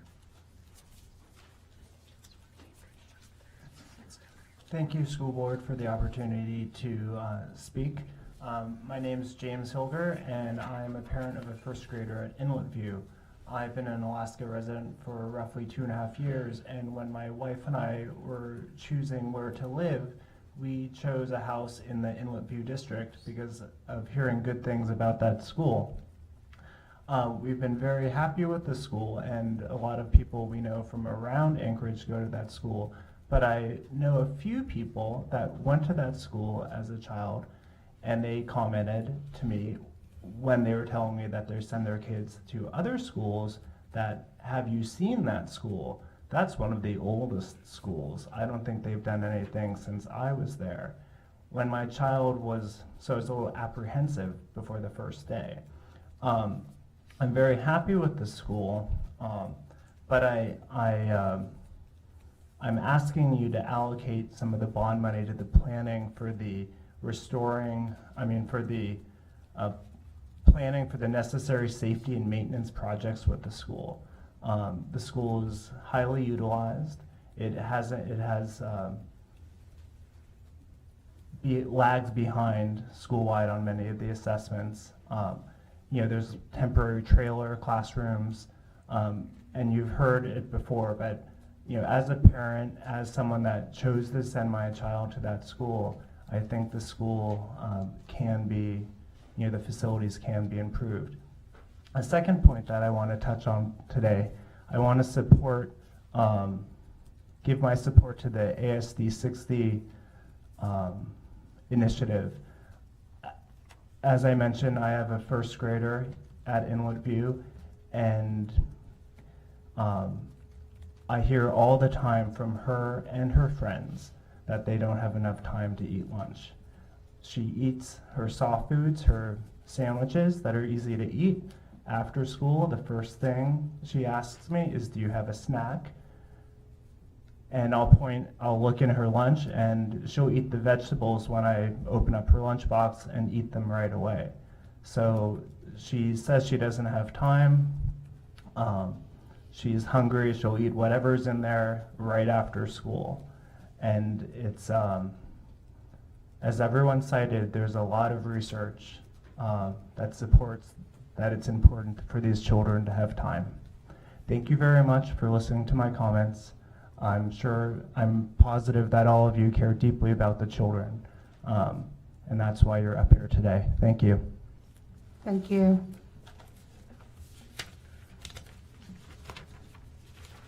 Hey, is there anyone else who would like to speak at this time? Yes, sir. If you could come up and state your name, please.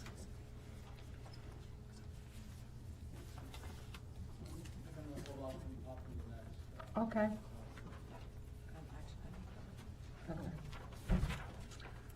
So at this time, if there's no other testimony, I'm going to ask Dr. Bishop for her superintendent update. Thank you, Madam President. It'll be brief. I have prepared additional information and can comment on some of the items from public testimony this evening if you'd like, but we will start with just a very, very brief, and if Tom Roth could come forward, I believe. Tom, you're going to assist. It's easier to. So this is an update since the last board meeting, and just on the activities and actions taken in response to the November 30th earthquake. As Tom works his way to the front, we have very brief information about our meetings with FEMA and the processes thereof. We did have an earlier meeting today in regard to a resolution to support additional funds, and some questions that were asked by board members in subsequent emails. I did my best to try to answer those if they come up. So we'll start with Mr. Roth. Thank you, Dr. Bishop, through the board president. So as we had the opportunity to briefly discuss earlier today, as a result of the earthquake on the 30th of November, the district has been very cognizant of the programs that exist at the state and federal level for reimbursement of costs that are incurred as a result of that incident. So I'd like to very briefly just cover where we stand. There are a couple of things that we have had the opportunity to pursue and complete since that event. Next slide, please. So real quick, just to talk the organization that the district has been working with. And by way of context, although we're not working side by side with the municipality of Anchorage, we are in communication with the city as they work through their own process. We are working with the state of Alaska, specifically the Department of Homeland Security and Emergency Management, and through that organization, the Federal Emergency Management Agency, FEMA. So next slide.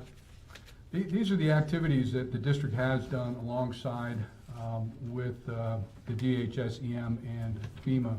So on the 17th of December, both those agencies were in Anchorage to go out and physically tour several sites that had experienced significant damage.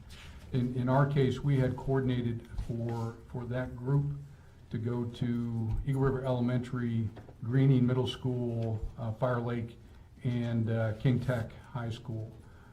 Due to time constraints, they had an opportunity to see the first three, but they did not get a chance to see King Tech. The purpose again for them was to kind of get a sense for the extent of damage, not just in the district, but within the municipality.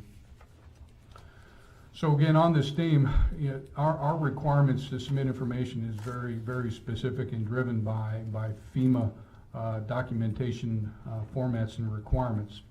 So on the 3rd of January, we did have a conference call with Adjusters International and Tidal Basin. In short, these are, the Tidal Basin is a professional public adjustment service, and the Adjuster International are really consultants on the legal process.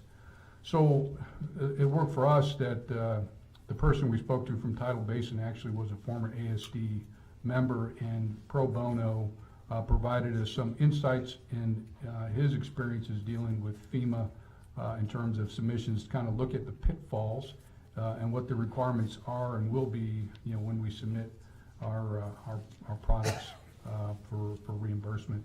And then lastly, this week, the Department of Homeland Security is coming to the district to conduct training with all those departments that will be doing submissions as a part of this reimbursement process. Again, kind of along this same line of ensuring that what we submit is complete and meets the requirements of FEMA. So I'm happy to pause for any questions or comments. Board members, any comments or questions? I think we'll move forward. We can just share something good in the community as, and then we'll go to the next slides. But featured, which was phenomenal, KTVA News did a report on how the community rallied around Eagle River. So the teachers were able to shop at a local church that took in donations. But Mike Davidson, the business owner of McDonald's that was also closed, donated $5,000. So I just wanted to share some really great news with the board and the support provided to Eagle River teachers. Very quickly, I'll just run through some questions that might help explain as well some of the information that came up at our earlier meeting, and I will just run through these and then have a written report for the board. But there was a request to expand on the 12/12 Anchorage Daily News article with information. So at that time, there were a message that from the district about the 5 most damaged schools, and those damaged schools were really based off a rust order of magnitude, which were the initial assessments made within 72 hours. Just so you know, as contractors complete the work, they'll continue to submit invoices, and then they'll change from estimates to actual cost. And we are still receiving invoices from our contractors for the repair within actually even with 4 weeks going out. So it may be some time before we have that actual number. During Christmas break, the architects were in schools just as Tom shared. And we also had those tours with FEMA, but the 14 schools under engineering and architect assessments, which really specifies the long-term investment that may be needed in the schools as opposed to the short term. So we did spend over $1 million in water extraction so that we wouldn't have any kind of mold or air quality. But that occurred in Eagle River High School. Eagle River High School isn't one of our primary, it's on our 14 list, but it isn't one of the most damaged schools anymore as it was reported in the paper. Simply at the short term, it had one of the highest costs at the time for extracting water. We had that at Diamond. Most of our damage that needed to be addressed right away did occur for water damage and or gas leaks. But I'll just, Eagle River Elementary School, Greening, East High, Whaley, Chugach Elementary School, Diamond High School, Eagle River High School, Bear Valley, Fire Lake, Denali, Bartlett, King Tech, Mirror Lake, and Central. And I'll put a list out for you. Those actually are the 14 schools that the engineers are taking a look at. Earlier today, we just talked about the HVAC and looking at upgrading systems, which certainly we have that flexibility if additional funds are provided. And we do really, as stated, when the former bond was passed with re-roofing, it did include expenses for seismic upgrades to the roof. So we don't just re-roof it, we actually build it up to building codes for seismic, and that's part of the expense. We will organize, it was asked about organizing communications on the bond proposal. We do actually budget, the board every year puts some money in the budget for a communication strategy to share, whether it's on written media, or print media, radio, whatever it will be, so that we can really share with our community and garner support for the projects. Also, consider regular updated list of cost estimates. We do actually have this on our, or actually a publicized report of where projects are, all of our projects, and we keep that on the capital improvement. We're gonna take a look at that.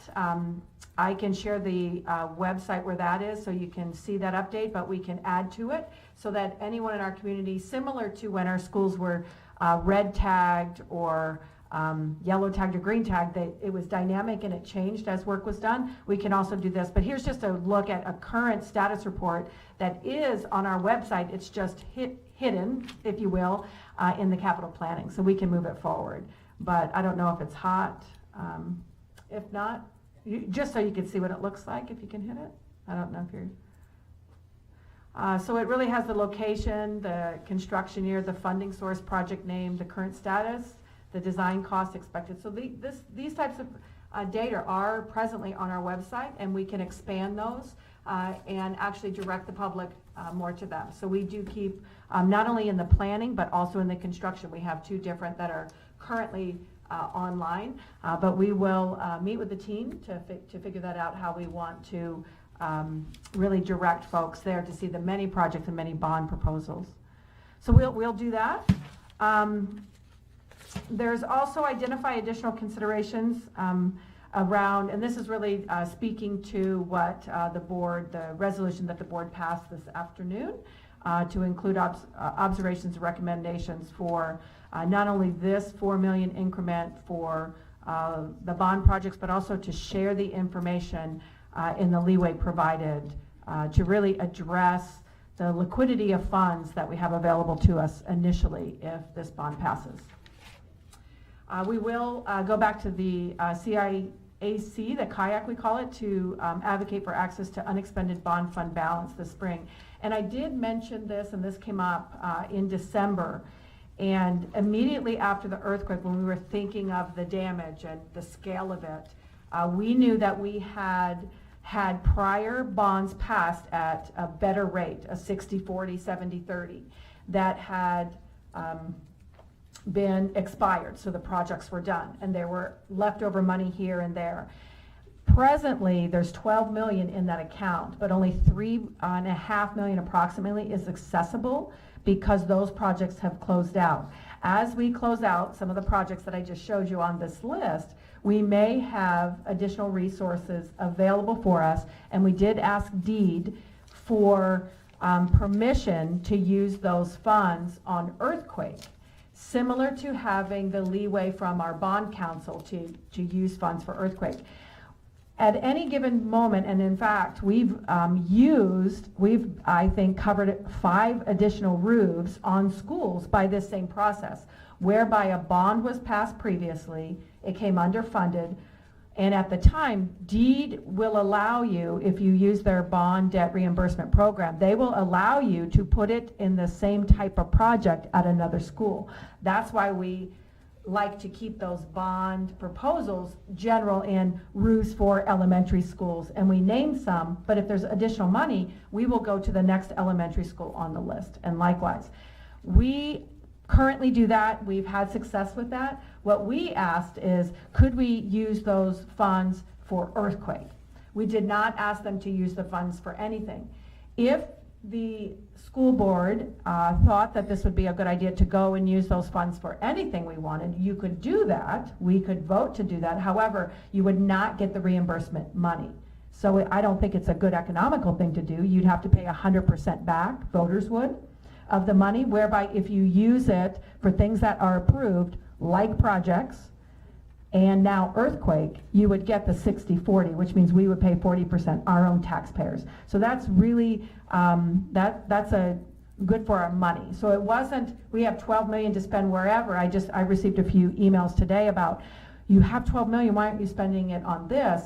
I want to be clear that that 12 million was in relation to similar projects. If there is a similar project in there, absolutely, we can continue to use it for 60, 40, 70, 30, depending on DEED's permission. We did have the commissioner's permission to be able to use that for earthquake. So those are some differences in the nuances, and it is nuanced because it is taxpayer money, it is the state money. It really, there are a lot of government procedures behind these funds. That's why I want to be very clear about prior comments that we made. But it's worth it, I think, to go back and use those funds. We will work with state, the municipality, as well as DEED, and garnering those. Again, initially after earthquake, we did get verbal approval from DEED to have some flexibility with prior debt to be able to use it. We have always had the ability, once again, to use prior debt on similar projects in the future, and this board has utilized that. So seek productive use of unexpended funds to advocate facilities and programs. So this is the same question. That is exactly what we'd like to do, to just work to say and to figure out how can we invest in Alaska's future, and Alaska's future, a lot of it is right here in ASD, and so we would like to do that. Assist charter schools in financial planning and use of resources. We do have our, Daryl, along with our team, does assist charter schools.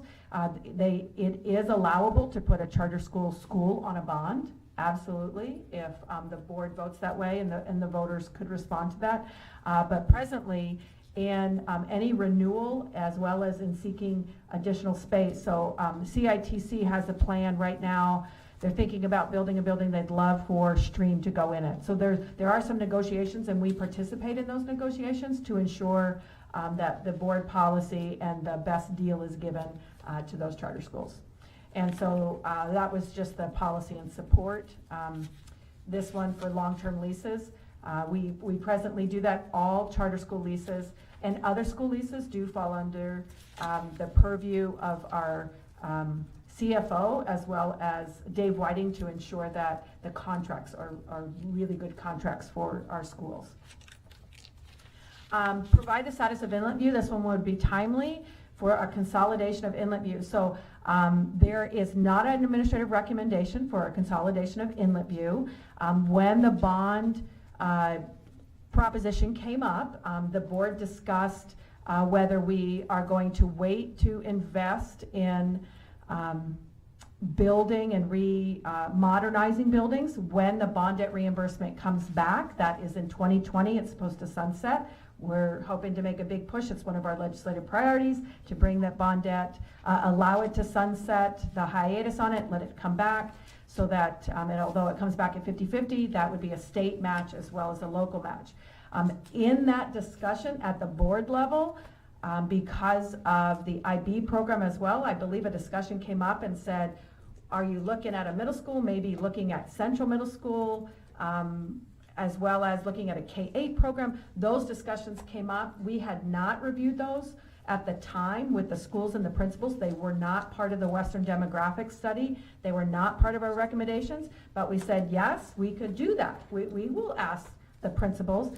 However, that meeting was set for the first week of December. An earthquake happened. That went on the back burner. We've never had that meeting. But there was no plan. It was to go to the principals and say, hey, have your schools considered, would you want to engage in something like this? We haven't even had the discussion. And then, I mean, as the board knows, you're receiving information from legislators that says, we don't agree with the administrative recommendation, which there really isn't one, and there hasn't been one. So I don't know, it might have just been a miscommunication. The only thing I could think of is that at this board level in a public comment, there was a question. We were moving Abbott Loop to a K-8. The question came up, does this school want to be K-8? And so we hadn't asked. So we decided to ask, and we hadn't asked yet because the meeting hasn't occurred. We will continue to ask. From the feedback we received, it might not go over so well, but we'll continue to look for solutions because we want investment in our schools. We want solid programs. And so hence, this came about, I think, just from a discussion, but there's nothing. So the next one is also consider suspension of Inlet View closure consolidation absent board approval. Again, the board did not approve or disapprove. I believe it was during the bond comments that it came out in relation to the IB, working with the middle school and Abbott Loop perhaps, but it was I know that my charge was to go have a conversation, so I charged my staff to say, hey, would you ask those principals to talk to the PTAs and see what they thought? And then, but we never had it yet because of the meeting was canceled because there was an earthquake. So, and then develop a more comprehensive and strategic assessment of opportunities and challenges for program facilities. Western Demographics was the start of this. As mentioned tonight from Inlet View parents, that several times Inlet View came up as somewhere to save money if we closed Inlet View, and then operational money it wouldn't, but it would if you didn't have to buy a bond. So what we did for Western Demographics was to really work with the city, work with long-term planning, not in 2020, but 2040, and say, where is the growth? Western Demographics came back to us and said, I would not close Inlet View and I would not close Central. You will need those schools in the future. So our recommendation to the board was around those types of things. Western Demographics did come up with a recommendation of a closed school, and the board did act on that. But the other items really went on hold because of now the new immediate priorities with the earthquake and building damage. So nothing is forgotten. I believe that there is a 10-year plan for building. It does include 2-year bonds that have schools on them. At this time, though, I believe that the board, we passed a bond that spoke to major maintenance initially, waiting for whether it's everyone agreed with the decision or not. It was the decision of the board that we look for that to come back up. It is not going away in the 6-year plan. Inlet View is still needed. Central is still a school that in the future we'll need, and Abbott Loop is still on the docket as a school also that needs modernization. I hope the questions were answered. It was very quick review, but I just took some emails, and then my assistant assisted me in pulling out the questions to help give a broader picture of those. But they were very brief, and I will do a more written response as well. Thank you. Are there any questions from the board or comments? Mr. Holloman. I do just want to make one quick comment that I think for a lot of board members, as our lives have gotten back to normal, we may forget that the staff is still consumed with the aftermath of the earthquake. That I'm guessing it's not all done and put away. We really appreciate the continued burden on top of everything else that's normally happening. An awful lot of work continues to get done by folks, and we do appreciate it. Well said, Mr. Holman. Any other comments or questions? Okay, we're going to move on to our consent agenda. Move to approve the consent agenda, ASD memorandum number 098, personnel report, and the November 15th, 2018 work session executive and regular session minutes. Second.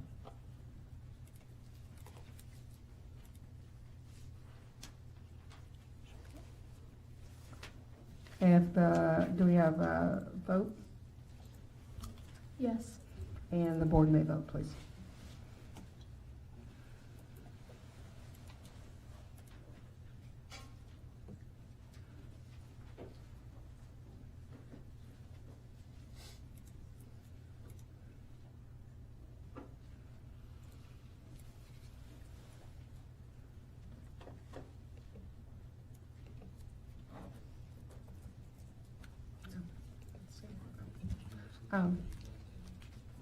So the consent agenda has been approved with 7 yeas.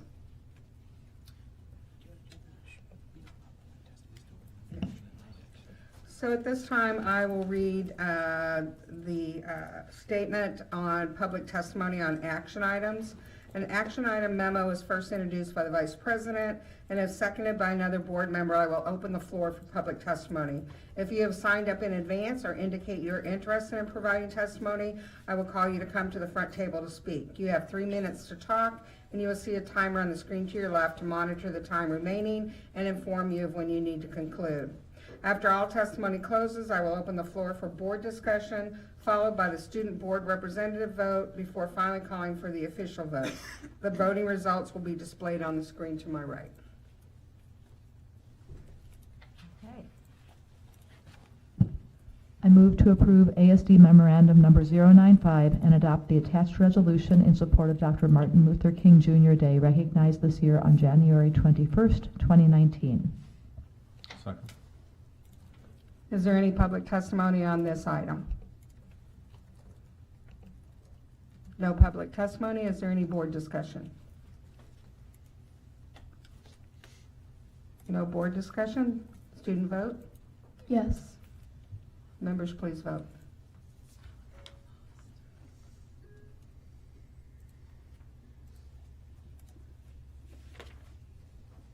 And that motion passes unanimously with 7 yeas. I move to approve ASD memorandum number 059 and authorize the superintendent to accept a grant from the U.S. Department of Justice, Bureau of Justice Assistance for $223,092 over a 3-year period to develop and implement a strategy for district-wide school threat assessment team strategy. Second. Is there any public discussion on this memorandum 059? No public discussion. Is there any board discussion? Ms. Hildy. Thank you. I was just wondering, is it a $223,000 each year for 3 years or over 3 years? I couldn't tell by the budget summary. Through the board president, the amount is a total amount and it's spread out over time. Any other board discussion? Mr. Donnelly.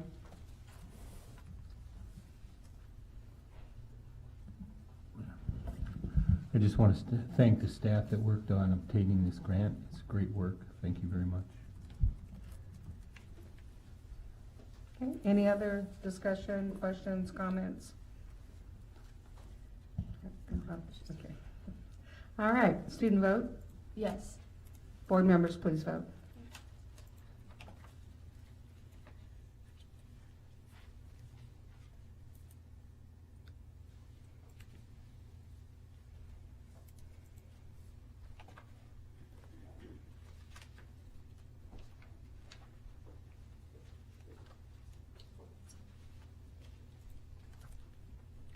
That resolution passes unanimously, 7 yeas.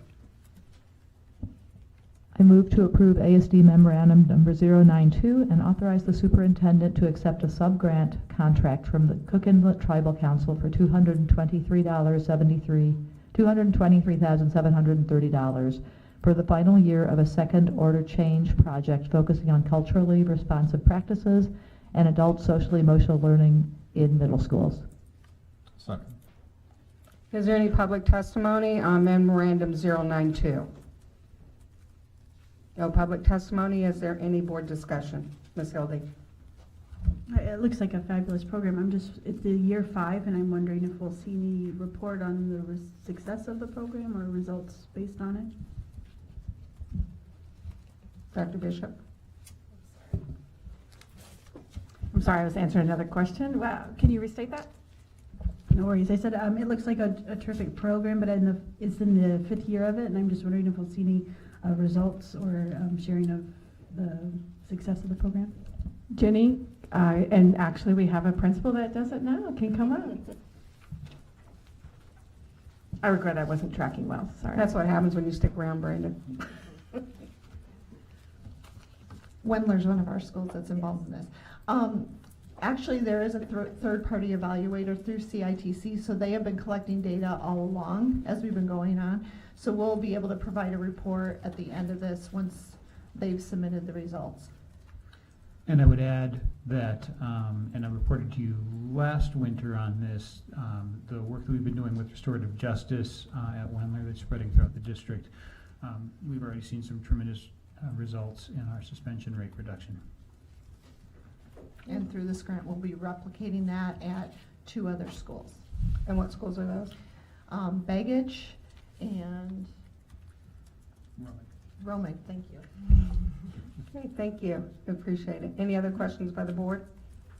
All right, thank you. So is there any other board discussion or comments? Okay, student vote, please. Yes. Board members, please vote.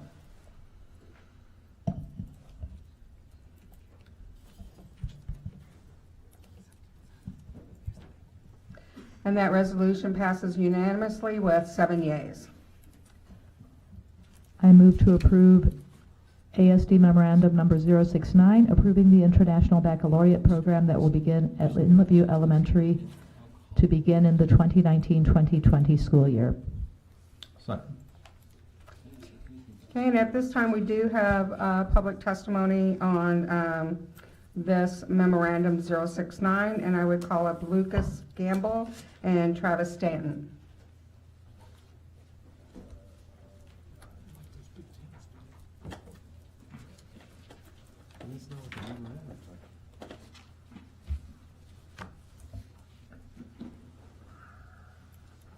And Lucas, you can begin when you see the timer to the left there. Thank you. Good evening. My name is Lucas. My daughter Lucy is a kindergartner in Inlet Elementary. I'm testifying tonight in support of Principal Aaron's, the amazing staff, and PTA at Inlet View's proposal to become an International Baccalaureate World School, specifically the primary years program. It's uncommon for me to get excited about the inner workings of our educational system. However, being a parent of a bright student who's excited about learning motivates me. For that reason, I'd like to focus on 2 aspects of the IB primary years program. Firstly, inquiry-based education. In my view, too often as a community, we rest on contempt before investigation.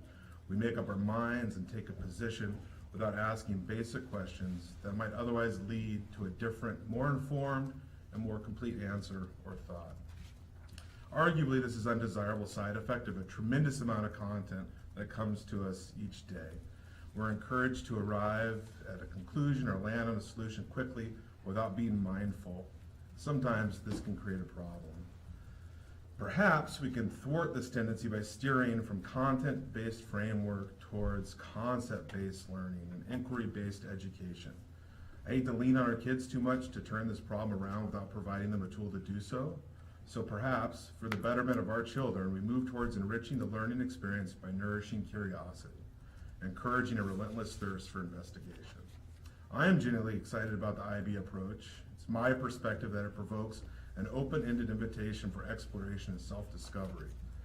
Professionally, I'm a scientist. I know how gratifying it is to arrive at a thoughtful solution. It's got to be incredibly powerful for a young learner. Secondly, we live in a great community. We have a beautifully diverse and highly integrated school district. It seems obvious that we move towards a way of learning that promotes this incredible asset. Why not create an environment that embraces a global perspective by formally teaching tolerance and diversity, ultimately leading towards a more caring and thoughtful community?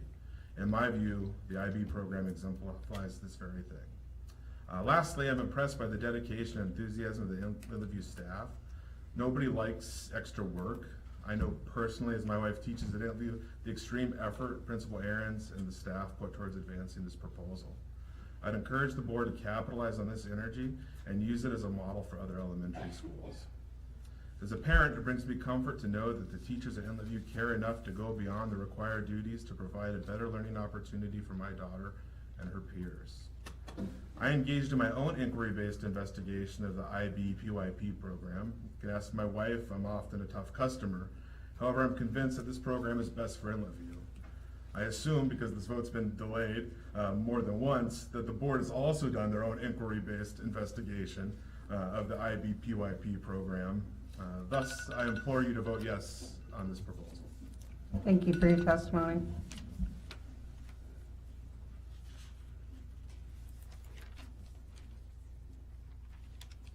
Good evening. My name is Travis Stanton, and I'm a 5th, 6th grade teacher at Inlet View Elementary. And I'm excited tonight to give you my perspective on the IB Primary Years program. I was first introduced to the program last spring when I had the opportunity to attend an IB training in California. I was inspired by other teachers and districts that have adopted the program. Talking to a teacher that had been in the program for a couple of years, her excitement for the framework that it provides and successes she has seen helped to convince me that this is something I should stand up and take note of. She said it has been some of the hardest work she's done, but she also said it was some of the most rewarding. At the conference, there was a definite synergy that was electric. There was an excitement for education and learning that I've not seen in a very long time. Just listening to the other teacher successes, I can see why entire districts have adopted this program. I've had the opportunity to play around a little bit with the PYP program and implement some of the units of inquiry in my classroom. I've seen students engaged and eager to do their own research and in return be rewarded with meaningful learning experiences. One such example is an ancestor project that we did as a class that tied into our very first lesson of Unit 1, Week 1 of the Cengage 5th grade curriculum that was just recently adopted this year. The unit was U.S. immigration. The lesson was focused on coming to America. The central theme of what the lesson ties in, it tied in really nicely to the two units of inquiry, who we are and where we are in place and time. For our project, students had to investigate an ancestor in their family that was at least 90 years or older. I got a lot of feedback, not only from students that enjoyed the project, but parents as well. It was really neat to see students connect to their family's heritage and past. It was meaningful learning. Many of the students learned things about their families that they never knew before, and it gave them a connection that they could directly relate back to the theme of our textbook. In using the new Cengage curriculum, Reach for Reading, in unison with the PYP, it gives me the autonomy not only to teach the standards, but to go beyond the classroom experiences so students take their learning outside the school. Most importantly, the PYP framework offers students and teachers the much needed component of student agency, which means developing student choice, voice, and ownership of their learning within the curriculum provided by ASD. Engagement is critical for student success, and for this reason, I hope you approve our proposal. Thank you. Thank you. If I could have Julie Thatch and Julie Lucky. Got it right this time.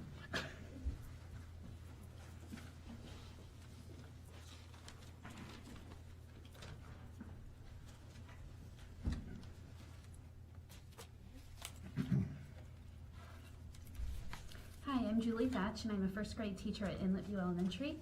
The International Baccalaureate program is a rigorous, globally minded way of educating young minds.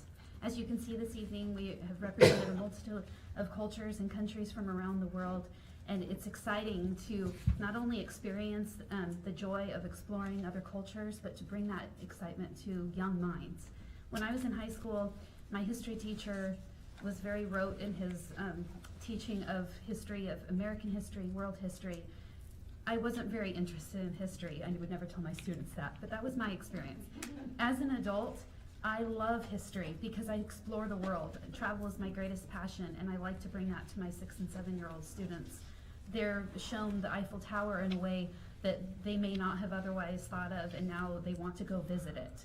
They're exploring places that they had never even considered, ones that I hadn't considered when I was their age. But now they're passionate about it, and they're wanting to be enthused to explore the world. So this program lines up perfectly with creating enthusiastically educated students. My first graders' careers have likely not yet been created, but what we do know is the skills they will need to be successful. The number one skill they will need is problem solving, and the IB approach centers around that. Students explore, research, decide, question, and create. An IB unit in action could be that the children read about pumpkins. That can be used from the Cengage curriculum. Then they see and touch a real pumpkin.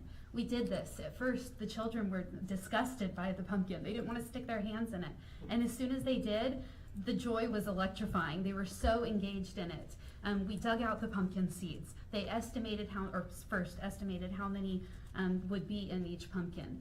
Very interested in how their pumpkin seed count would compare with other table groups, which led to discussion, intellectual discussion among peers. They researched climates where pumpkins might best be able to grow. How much does it cost to buy a pumpkin? So math, science, meteorology, all different subjects that we studied. They have the opportunity to write what they hope to do with the pumpkin when we're done. Predict the seeds, as I said, harvest the pumpkin seeds at the end. They counted them. They wrote about how the inside of a pumpkin feels. Bringing concepts to life enhances learning. At the end of each week, it's astonishing to see little 6 and 7-year-olds reflect upon their learning. They self-analyze. Did I try my best this week? Do I need to work harder next week? This week I learned about blank.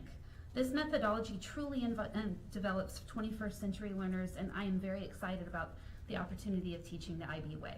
Thank you for your time. Thank you.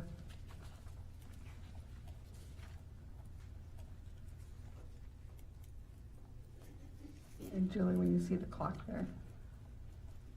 Again, for the record, my name is Julie Lucky, and I'm testifying as the president of the Inlet View Elementary PTA today.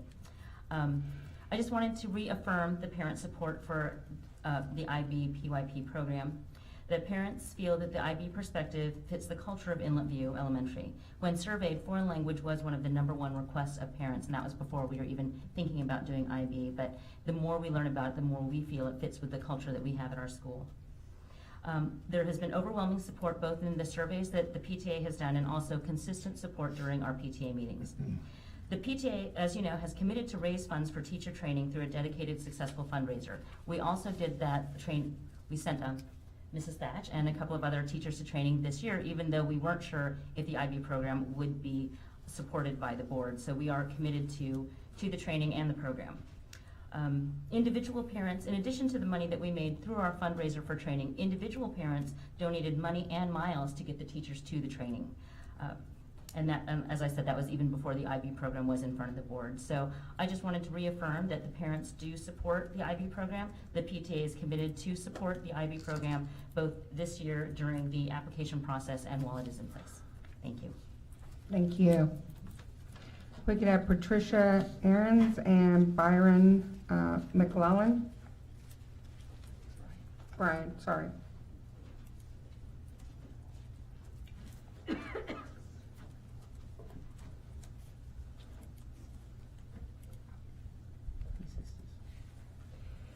Good evening, and for the record, my name is Patricia Ahrens, and I'm the current principal at Inlet View Elementary. First of all, I would like to take a few seconds to thank the board members for the time and consideration that you have put into the IB initiative that we have been presenting since September.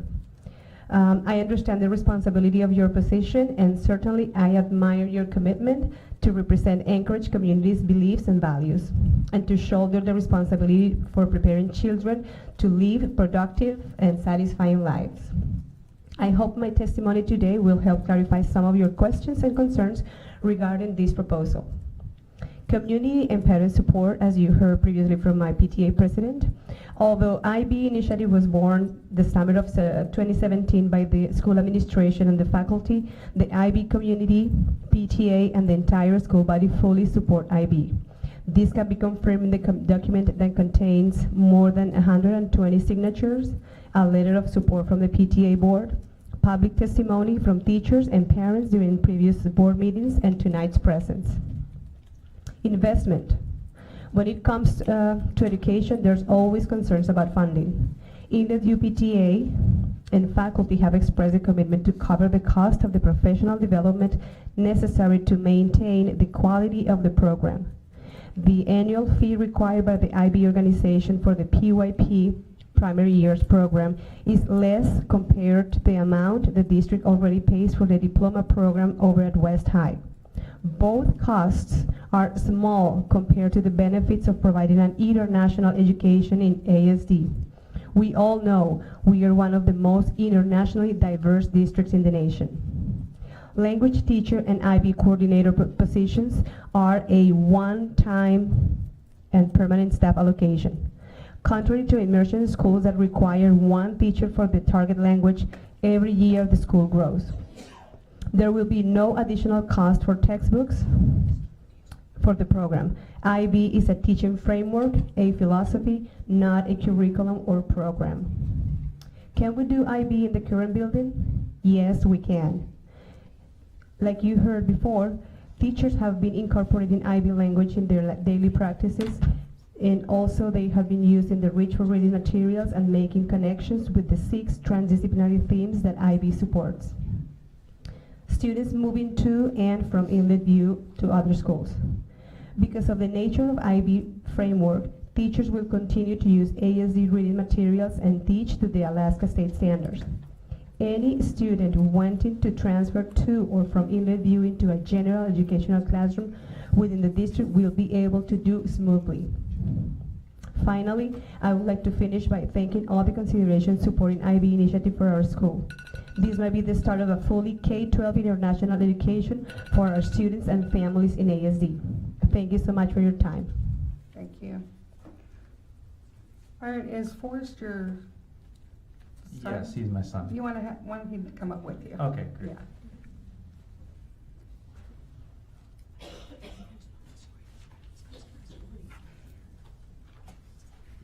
Not that you need it, Forrest, but you kind of like that support, I'm sure. Yeah, I need the support. Yeah. Good evening. I'm Brian McClellan. I'm the father of 2 ASD students. One, Forrest, who's a fifth grader at Inlet View Elementary, and I have a 7th grader at Romick. I'm here to express my support for starting the IB program at Inlet View, and I wanted to share a little bit about our family's experience in the IB program. Both my children were born here in Anchorage, but when they were pretty young, we had an opportunity to go live and work in other cultures across overseas. We were first in Azerbaijan and then in Norway. We were gone for about 7 years over there. In both countries, we were in the kids were in the IB schools over there. Honestly, I was a little bit nervous at first because I didn't know what the IB program was. I was worried, I had a few concerns, worried about how they would integrate when they came back into the U.S. school system. Would they be behind, perhaps, other students that had strict, kind of learning requirements each year, because it seemed a little bit more loose with exactly what they learned, because a lot of it was led, self-directed. They were able to kind of learn a little bit about what they were interested in. But after a year or two in the program, I became a huge supporter of it. I really love to see the philosophy and see it in my kids, see the results and how they were confident learners. They were inquisitive. If they were interested in something, they would just go learn about it, find out about it, ask questions and research it on their own. And they're confident to take risks in front of the class and ask questions, express their opinions. And so I really was impressed with it. And one of the other things I really liked about it was just the global view. You know, they were learning a lot about the world and not so much just about the United States and local, although I'm sure that will still be a focus in the program here, but they learned a lot more about just different cultures and appreciated different cultures, and you know, adding the language component into it.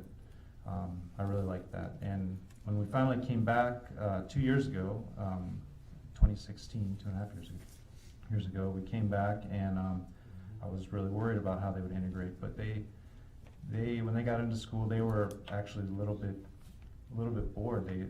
They felt like it was really easy for them, and they almost felt like they repeated their first year back here, because they weren't behind. I thought they were actually ahead of the curve. So yeah, so I was really impressed, and I hope that we can do that again.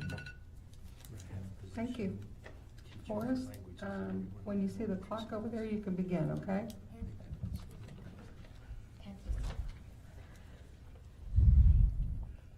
Hi, my name is Forrest McClellan. I go to Inlet View Elementary and I'm 10 years old. I'm in 5th grade and I have a brother who is currently in 7th grade. Before moving to Alaska, my family and I lived in Norway. In Norway, I attended an IB school for kindergarten, 1st, and 2nd grade, and I would like to share with you the things I really liked about the IB school. When I moved to Inlet View, I found it difficult to get used to the environment and make friends.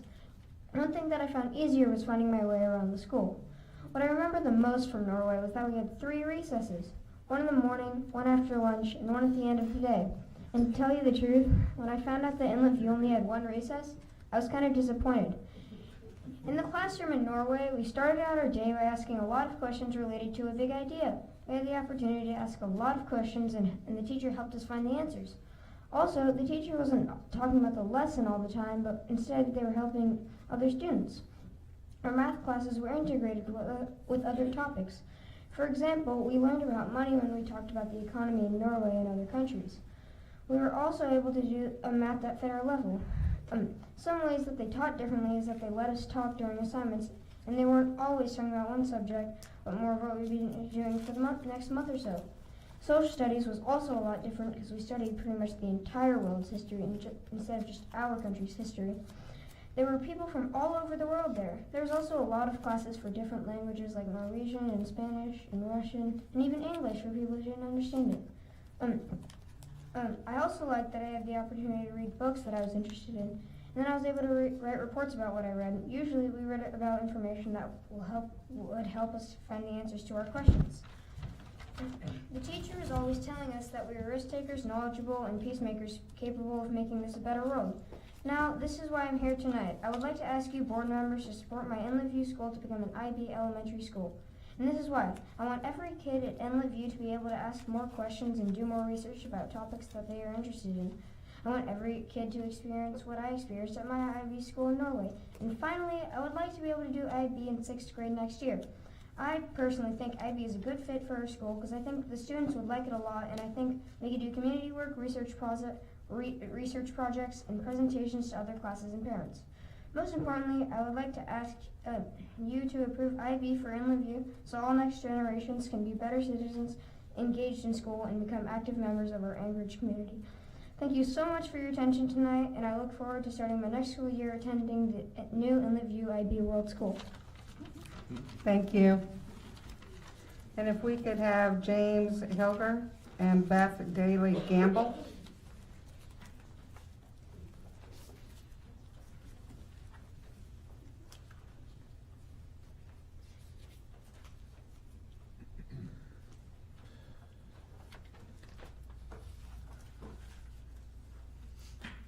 And James, when you're ready, you can begin. Thank you, board, for the opportunity to address you this evening. As I mentioned earlier, my name is James Hilger, and I'm a 1st grader at Inlet View. So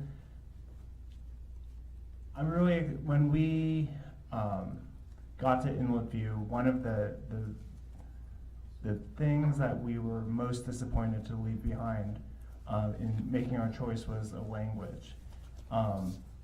That's just one of many reasons why the IB program is very exciting to my family and our daughter, the opportunity to have language instruction. Another reason we're excited about the IB primary years program is that it's inclusive to the school, that it's an inclusive program for the entire neighborhood school. A lot of this programs throughout the ASD district are schools within a school. We purposely wanted to be a part of a cohesive school and have the school integrated into whatever program our daughter was going to attend. The IB program has the backing of all of the parents that I've spoken to, all of my co-parents at Inlet View, the teachers, the staff, everyone's excited about it. The staff and the administration at the school is behind the program. They're putting in tons of time into it.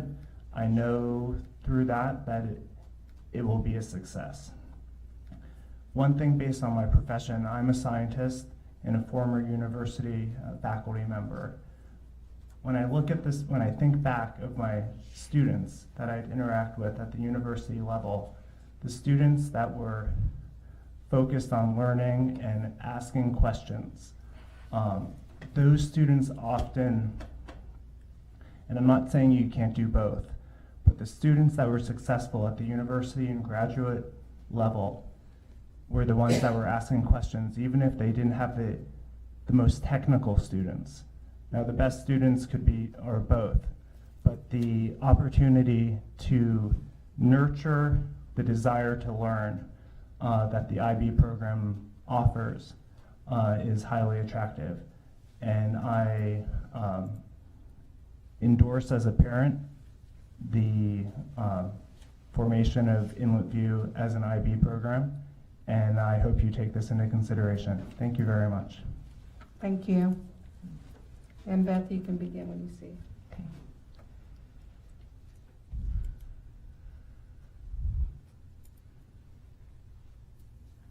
I'm Beth, and you've heard me talk before. I'm a 4th grade teacher and a parent at Inlet View.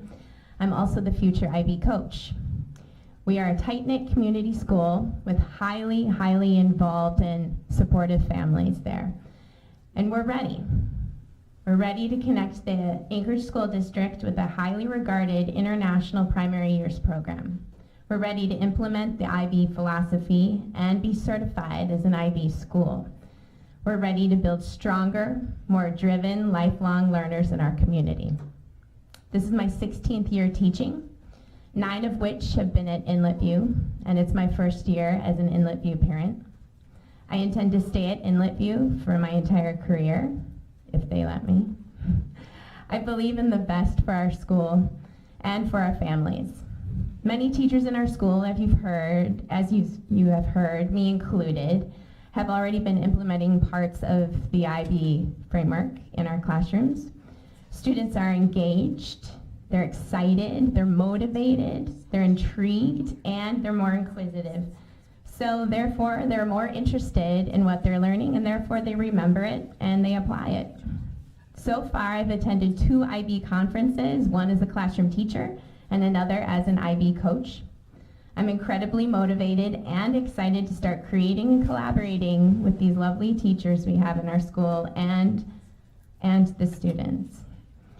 I'm excited to share what I've learned and help students become more connected to their own learning through IB. With your approval, we can become a PYP certificated school, the first in our state.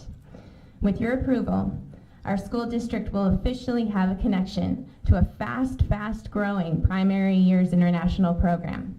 With your approval, we will facilitate more connections for our students and support students' inquiry and active learning through this framework of IB. Thank you. Thank you. Thank you both. Is there anyone else that would like to testify? on this action item. Yes, sir.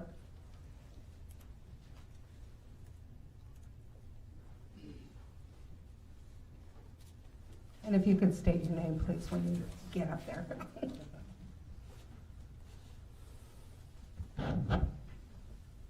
Good evening, Board. My name is Jonathan Halpern, and I am a current parent of a 5th grader at Inlet View, and also a Inlet View PTA member.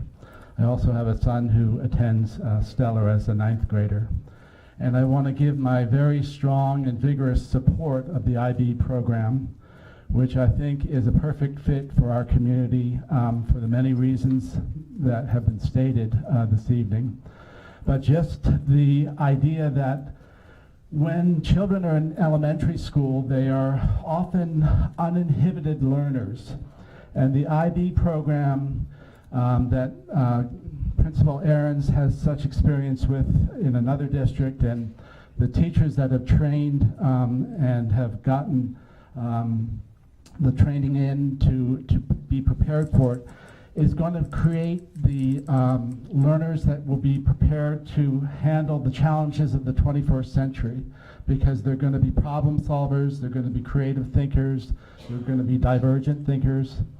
And there's a film that's been popular in the last couple of years called Most Likely to Succeed. And it mostly addresses secondary students and their kind of learning and what goes on there. But what really happens it's in the early years when the children are in elementary school, where they get really excited about problem solving, where they start to think about careers. And with the experiential learning that can occur in an IB program, this will help foster students who will be prepared to handle the challenges of the 21st century and make our state and our country and our world a better place to be. So thank you for considering supporting our program, and thank you for letting me speak tonight.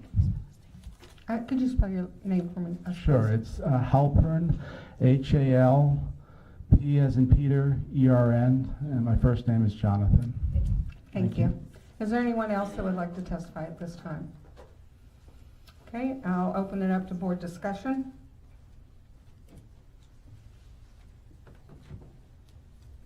Mr. Holman? Yeah, partway through all the testimony, one of the things that struck me is there's been an awful lot of work done by staff at the school in preparation for this. As a big district, and I think as you get oriented to this building, there's a tendency for the board and the administration to think in terms of a centrally planned district where decisions get made here and pushed out to all the buildings. And it strikes me that this is something being done in a building. It's an awesome program. I know a few people that actually have objections to IB, but I don't think they're rational objections. I think it's an awesome program. I think we have a responsibility to encourage this, to remove barriers. It's at a stage where they have to have our permission to go forward as a district, unless there was a compelling reason not to grant that permission and let this grow. I think we have a responsibility to do it. Thank you. Ms. Hildy? Yeah, the work between the school staff and parents is commendable, and just what you want to see, right? It's just how it should work, and that's how kids win when we have that kind of collaboration. They've also been very responsive to board requests on the financial impact of it, and come back and given a revised budget. That would still allow them to do the IB program, but just kind of the skinniest budget possible. If I have to vote today, I don't think I can vote to support it because of the financial implication, though, despite their hard work.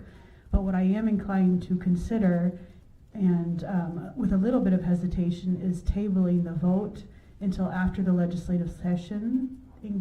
Increasing programs is part of our legislative priorities. We've had legislative interest in supporting this program, and until we have a clearer picture of what our budget will look like and how many teacher positions we will or likely be cutting. I don't see how I can add essentially one FT until I have a clearer picture of that. So my preference would be not to vote today, but I'm not quite sure, and I'd like to hear what other board members think. Any other board members like to speak? Mr. Donley?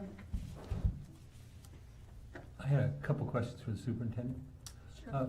First of all, do we have any other elementary schools, for the elementary grades in those schools, that have a designated half-time language teacher? I'd have to research, we may in a charter school, but I don't think, we have immersion programs, but Yeah. that is part of their collaboration. There isn't additional staffing. And they all have a lottery option to them, right? Correct. Yeah. My second question is, how much would it cost us, because just less than half of this proposal, much less than half, is a half-time teacher to teach languages. How much would it cost us to add a half-time language teacher to every one of our elementary schools? Which I think would be a great idea if we could afford it. Every one of our elementary schools, I think, yeah, 40. What is that? 3 million, yeah, half of, I thought a full-time would be over 6, so about 3. We could, may I ask questions? Because I had, we do, just so the board knows, encourage, to Mr. Holloman's point, some innovative thinking and organization. And we have presently about 3 other schools for which we're working that want to make some adjustments in their staffing that they're provided to do innovative programs. And we have approved one this year, and it's in Eagle River. And I was suggesting, Principal Ahrens, would you mind coming up? I had suggested, and this, I'm not talking about people or jobs, I'm just talking about positions, because you could get very sticky if we talk about people. But have you considered one of these part-time positions? I think we had a conversation, maybe perhaps doing a half-time librarian, half-time this, or half-time something that your building always has, to be able to be flexible with that, to bring the cost down. I think the cost was brought down already, and I was just wondering if you could address that. Yeah, we initially our proposal was to have one full-time for Spanish language and one full-time for the IB coach. However, in talking to our staff, and like I said before, because of the nature of the program, the IB organization requires a liaison between the organization and the school. So the principal could not fulfill those jobs as the PYP coordinator. So in looking at our numbers and our classrooms and the minimum that we could be able to do that, that's when we reduced that full-time to a 0.5 for the IB coordinator. And for the language, it was about the same case. We have 10 classrooms, and if we think about like adding the same time allocation that art and health, that's what we have, which is 0.5. That's what I mean too. So I didn't want to just say librarian, but art and health, just some flexibility. Yes. And so when we talked about the librarian and maybe talking about health or something, that was something that I discussed with some of my staff members, and we won't be able to do that. Our librarian also, it's already using a lot of her time doing extended library time. She's also doing interventions for our with our wing groups. So her time is already, well being utilized. And in talking about the health curriculum, that will be something that the teachers will have to do. So trying to include the health curriculum into already 6 transdisciplinary themes, that will be very difficult. So that was something that we looked at that, but it was not feasible for the program. Those are some of the other options that other schools are using to just have some innovative programs. So I was just wondering, I know we had that conversation, but I didn't know the extent of the research with it. Yeah. So thank you. We looked at all the possible options, and the 0.5 for each was like the very minimum that we request. Thank you. Sure. Dr. Bishop,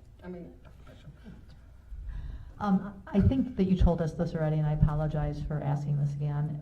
Were you planning to roll this out for the first 2 or 3 grades initially, or will it go school-wide in the fall? School-wide in the fall. Okay, that was what I thought. Thank you. Mr. Foster? I'd like to take the opportunity to speak in favor of the program. And I probably bring to bear maybe a slightly different perspective, having been the CFO working on the project implementation at Romick. It did not get followed through.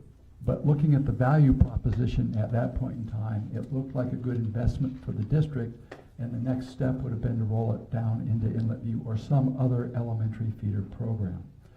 So based on that experience and that investigation, it strikes me as it's a high-value program for the students, and it's particularly high-valued for the students that graduate with the certificate, and it enables them to go on to other places that they otherwise wouldn't have without that certificate.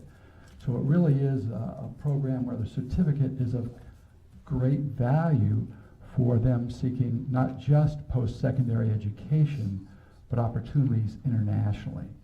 And given our location and the nature of our economy, I do think it's worth considering the value proposition, not just the cost. I think there's a great value for the student body. I understand there's some nervousness about equity issues, but I do think this is a program that's worth your consideration. Thank you. Ms. Mitchell? So my son did IB courses at West. He did not complete the diploma, but I know many students who completed the diploma got college credit for it. It's a wonderful program. I absolutely love the IB philosophy. I really feel strongly that our neighborhood schools, it's very important to support programs within our neighborhood schools. I think our charter schools and our optional schools are wonderful, but when we lose families from our neighborhood schools, it does weaken the neighborhoods. So I really applaud Inlet View for coming up with this. It just is clear that the community is very passionate about this. I like that it's going to be school-wide. I was so excited when we approved Campbell to be a science school, Campbell Elementary. The cost for that program was significantly lower, so that was, it was much, much easier to do, but it was the same type of enthusiasm where it started with the teachers and the principal, and then the families got engaged, and they realized that it did make sense to make it school-wide and not a school within a school kind of program. I agree with Member Donnelly that if we could take, in an ideal world, I think we should have a world language starting in kindergarten for every school in the district. I think that's critical. The world is becoming flatter, and particularly where we live, I think that would be fabulous. I really like that part of it. The inquiry-led, cross-curricular approach is fantastic. There's really nothing that I don't like about this. The issue to me is the cost, and as Member Foster said, it is an investment. We are looking to communicate to our legislators that we are making innovative changes within the district, and this would certainly fall into that area. It is a the sticking point for me is strictly the cost. And I wonder, and I apologize for asking this question now versus the last time that you were here, but I know that at the last board meeting we approved the French immersion program, and they spent 12 years looking for grants, raising money. I assume you've explored whether there are grants available either domestically or internationally for this type of a program, and there was nothing out there that you were able to find. It's in a district where we have had to make cuts to our world language teachers on the secondary level over the past 5 or 6 years. We're probably 12 or 13% down on world language teachers, and our students don't have as much access to that on the secondary level. I think there are investments that we have to make district-wide, and so that's the piece that I'm grappling with, and I really am not sure. it would make me so happy if you came back in a month and said, we found a grant, we can cover half of this. And I know that that's unrealistic, so it's something I'm gonna have to just grapple with as we're talking about this.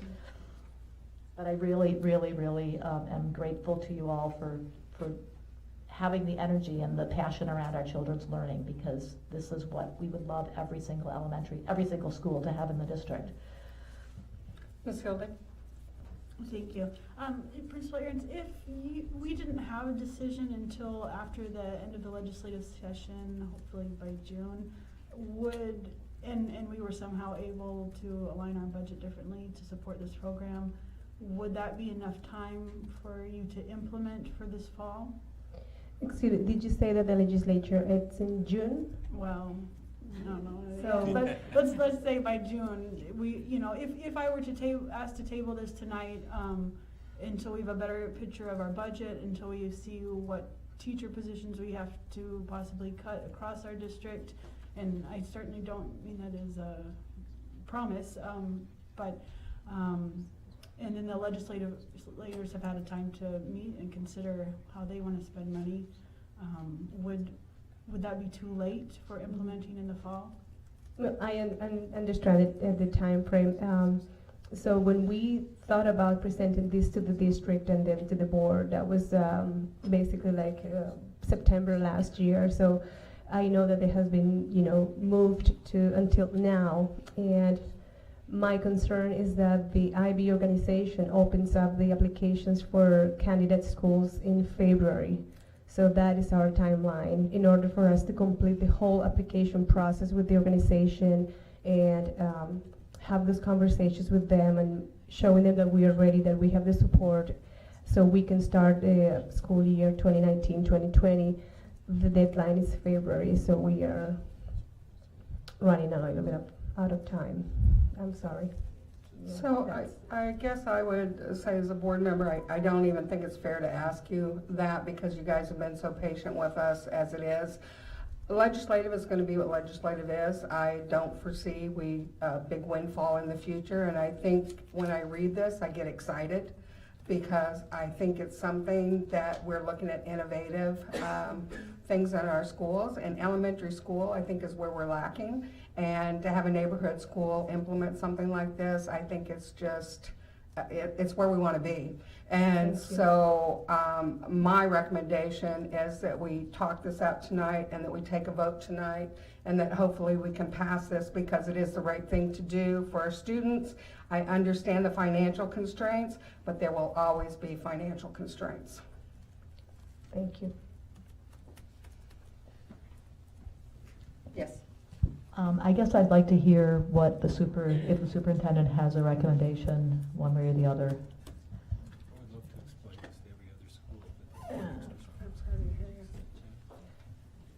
Madam President, to the President, to the Vice President, of course, who wouldn't like it? I love it. It's it is an investment in our school district. I think that the outcomes are solid. It is a budget decision that the board is present to make. Mr. Donnelly? I agree with all the supporters of this program. I think, and it's really cool how the parents got together and worked on it.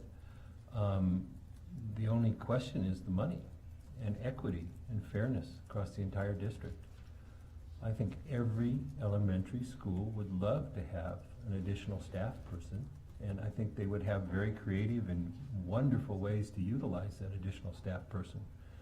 But we're not voting on that. This is essentially a budget vote for next year. And we're looking at a $10 million deficit right now for next year that we don't seem to have a single plan for dealing with. Not one real concrete proposal that this board has adopted to address that $10 million deficit. If we're going to start adding additional staff to individual schools, no matter what the merits are, well, good idea. I'm not contesting the merits of this idea. If this was a net zero on dollars, I'm 100% on board, especially given all the work that the parents have done and the commitment here.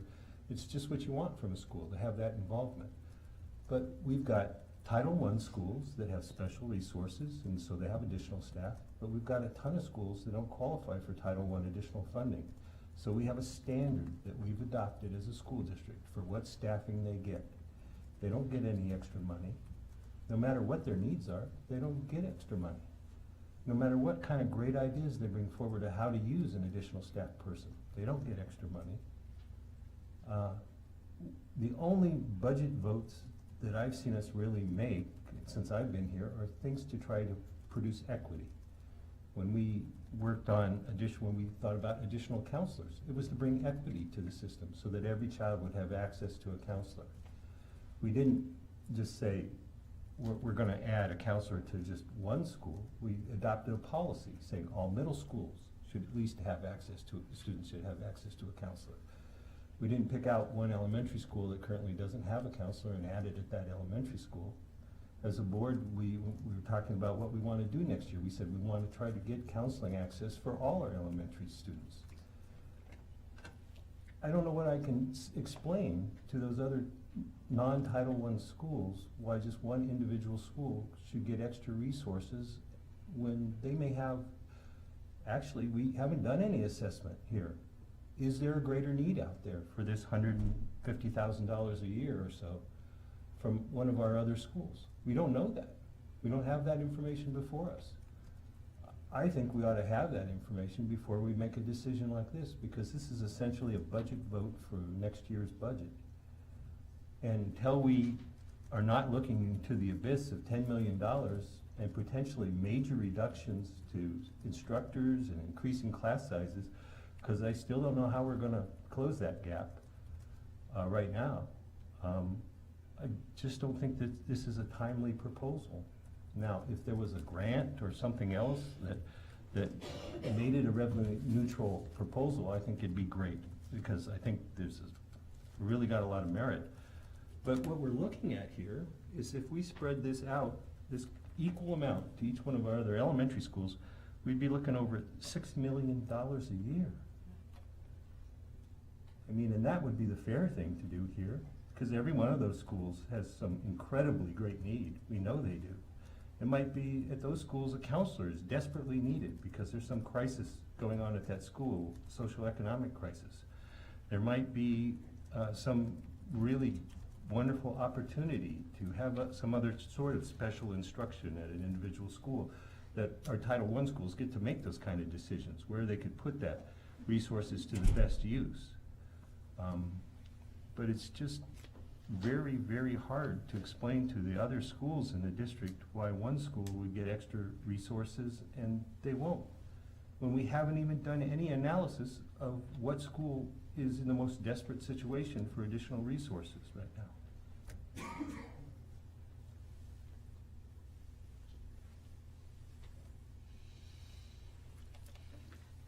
Yes, I have a question. certainly. Have any other schools brought up the IB program? Like, have any other schools looked into it for them, or is Inlet View the only one? Inlet's the only one that I know of. Since I've been. Yeah. Through the president, to our student. Since I have been president, Emily, this is the only one that I've known of, but there, obviously, we had a comment in regard to West and then growing Wests to Romig and then to elementary. But did they select an elementary school at the time? No. And consequently, initially, a few years ago, we were concerned because of West High program not growing, but actually, as of recent, or last couple years, I think Dr. Johnson told me it's quadrupled in the number of students who want to do a certificate. So it was about 10, and it's greater now at the high school level. So if you're curious about how it's working out, it's actually growing at the high school level within the last 2 years. Yes, Ms. Hildy. Oh, thank you. There's no doubt that this is an excellent program, just the right kind of program for our district, fits in with the kind of students who move in and out, and frankly, just an excellent way for students to learn and develop and grow. If it is not voted for today, I would like to keep it as a priority, top of the list. If the funds become available, Because this is the kind of thing that our, families want and support. But again, I don't have the financial, I can't make sense of it financially to vote for it today. Ms. Snelling? Okay. Trying to interpret my post-it here. Having come from a charter school, where, there's the APC and the staff and the principal, and then you've got the district out here. It takes a lot of intense, collaboration and working together for charter schools to work. We saw that with the French immersion program and everything that they did, to bring that up to bear to us. We're seeing it at Inlet View. A lot of reasons that you don't see more programs happen, is because you don't always have one component of that buy-in, whether it's the community or it's the staff buy-in or it's the principal that doesn't want to manage the program. There's a lot of different components. And right now what I see, a lot like the French immersion program, they have it all together. And that is a rare opportunity, from what I've seen. This isn't just about a half-time language teacher. This is about a complete program. It's so much bigger than that. And would a half-time language teacher at every elementary school be really cool? Yeah. I don't know that they all want it. I don't think we should be shoving things down schools' throats if they don't want it. And so they've come and they've brought this, and I'm really impressed. This is a dollar amount that's I would take it out of savings if need be, because I do think it has that kind of value for children. That's not just, one end or the other. This is going to take them somewhere. And I think probably my favorite one, if I was on the edge and on the fence, Forrest. Yes. He really hit the mark with me tonight. And so I am in support of the program tonight, and I hope that we can find a way to make it work. So, and I also think that if this is one of our things for our legislators, leading by example and putting our money where our mouth is, not just saying we'll only be innovative if you'll fund it. There's got to be, and this isn't a big amount, and so I think that's probably my argument for it. So. Ms. Mitchell? So Elisa, does that mean you're going to go to Juneau and present this as one of our innovative programs when we talk to our legislators? Yeah, I believe I'm scheduled to go down in February. Yes, she is. Yay! My first trip to Juneau. Yeah. So, and I just want to speak on what Mr. Donnelly said about the equity issue, and I do understand that, and I probably more so than a lot of people understand our Title I schools and their struggles. However, it's not any different than what special programs are at East or West or anywhere else. And I think this is an opportunity for, I get excited when I hear about the type of learning that's taking place and students are asking questions and exploring. I know my own grade 5 grandson at Bear Valley gets bored, and he would love this program. Too bad I couldn't talk him into transferring, but anyway, I just think we have such an opportunity here, and we have a group that is on board. They've thought this out. It's going to work. It might not necessarily work at every school, and I think we have to take it school by school when schools come to us and ask for these type of programs and innovation. And again, I know it doesn't sound like, I don't want to underemphasize the funds, but $138,000 a year is what has been proposed to us for the next 2 years. I didn't see a third year on there, but I take it out of savings. I think it's a worthwhile venture. I'm going to be voting yes. Is there any other board discussion? Don't everybody raise their hand at once. Okay, we'll let Mr. Donnelly go first, and then you, Elise. Okay. I just want you all to think about what happens when the next school comes and asks us for something that's different than what we have as a standard for our elementary schools, and they present a good case for it. That's what we're gonna set the standard here tonight. And if the standard is a case-by-case analysis, well then, that's fair. But then every other school in the district's entitled to that. And not to be told that this is all you get. Because for years, they've been told, this is what you get. And some of them have gotten a lot less than others, actually.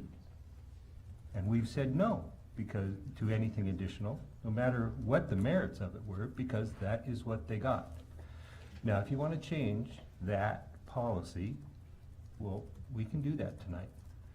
But I certainly hope that if we do, if some other school comes and presents a good case for why they need a half-time person for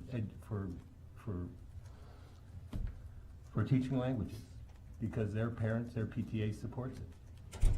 Or they say, we have a special opportunity to do a particular sports program, that it's really gonna make a difference for our kids' future, that we consider that and give it fair treatment, and not say, ever again, no, we're not gonna consider that because nobody else gets that. That's what we're doing here tonight. And I appreciate this opportunity to do a really cool program. And if we found a way that it wasn't, if the school could absorb the cost within the school, I'd be 100% on board.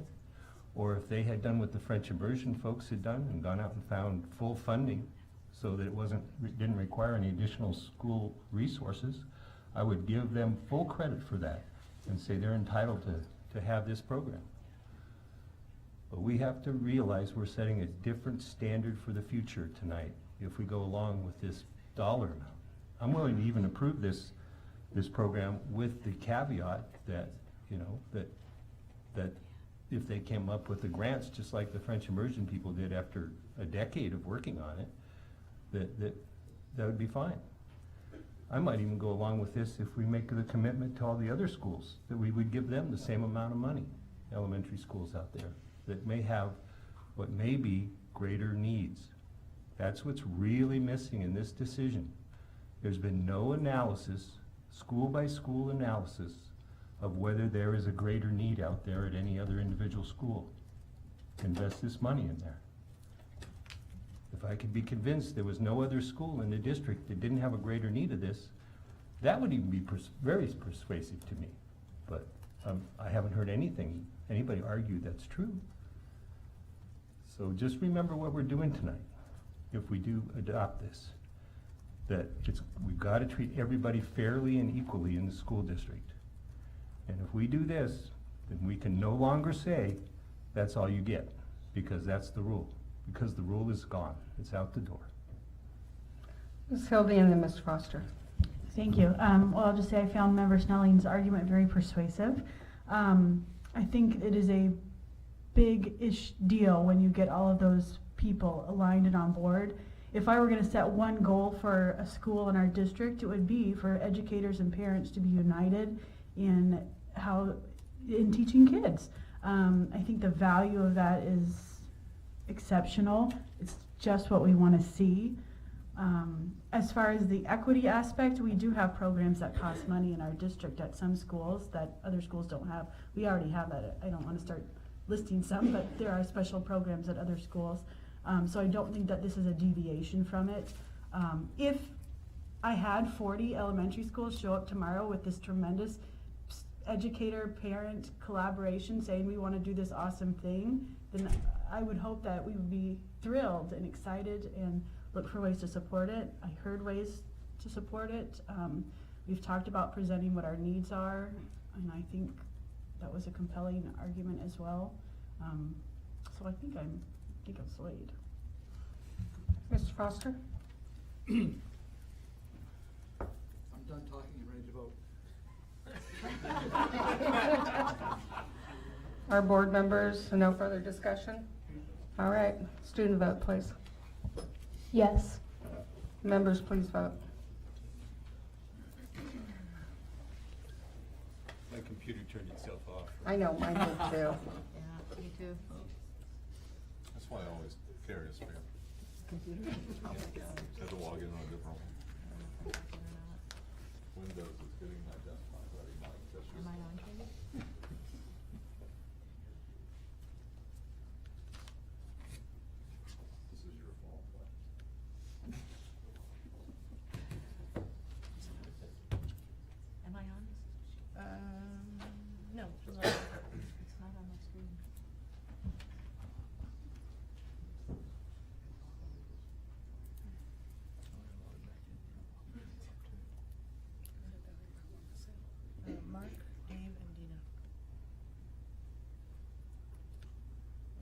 sign them back on.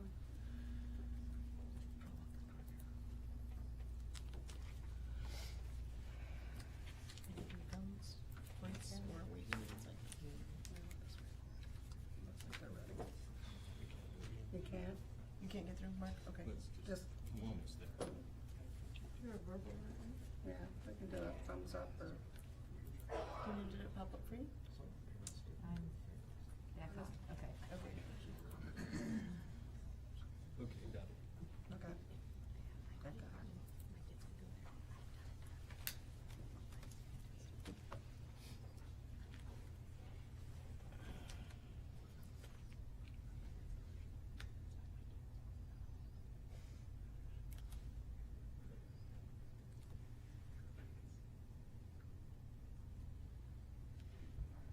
And that motion passes with 5 yeas and 2 nays. Congratulations. Congratulations, good job. They did a good job. Yeah, they did a great job. You did a great job. Congratulations. I look forward to visiting you next year.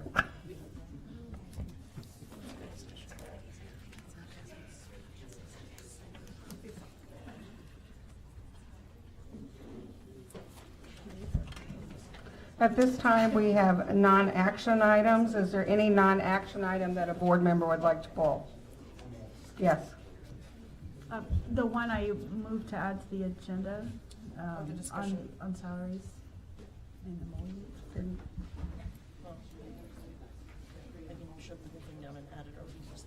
We'll just discuss that, okay. Is there any other item? Yes, Ms. Nelly. I just had a quick question on ASD Memorandum 089. Okay. First, let me see if there's any others that would like to pull. Anything else? I do want to pull number 4.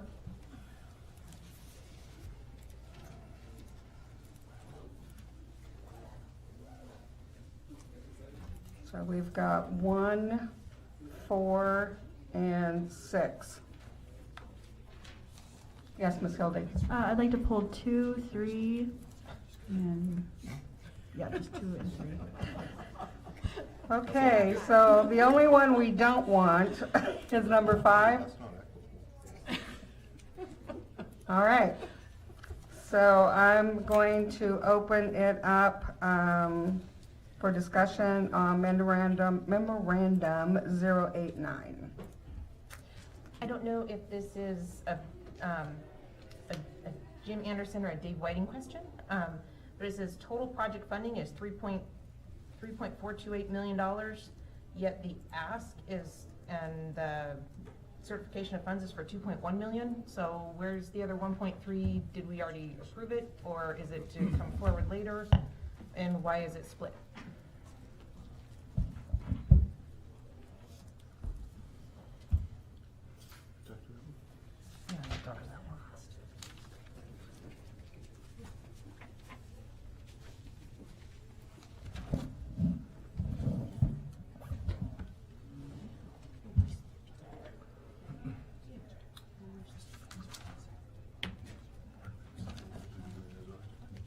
Do you see the question?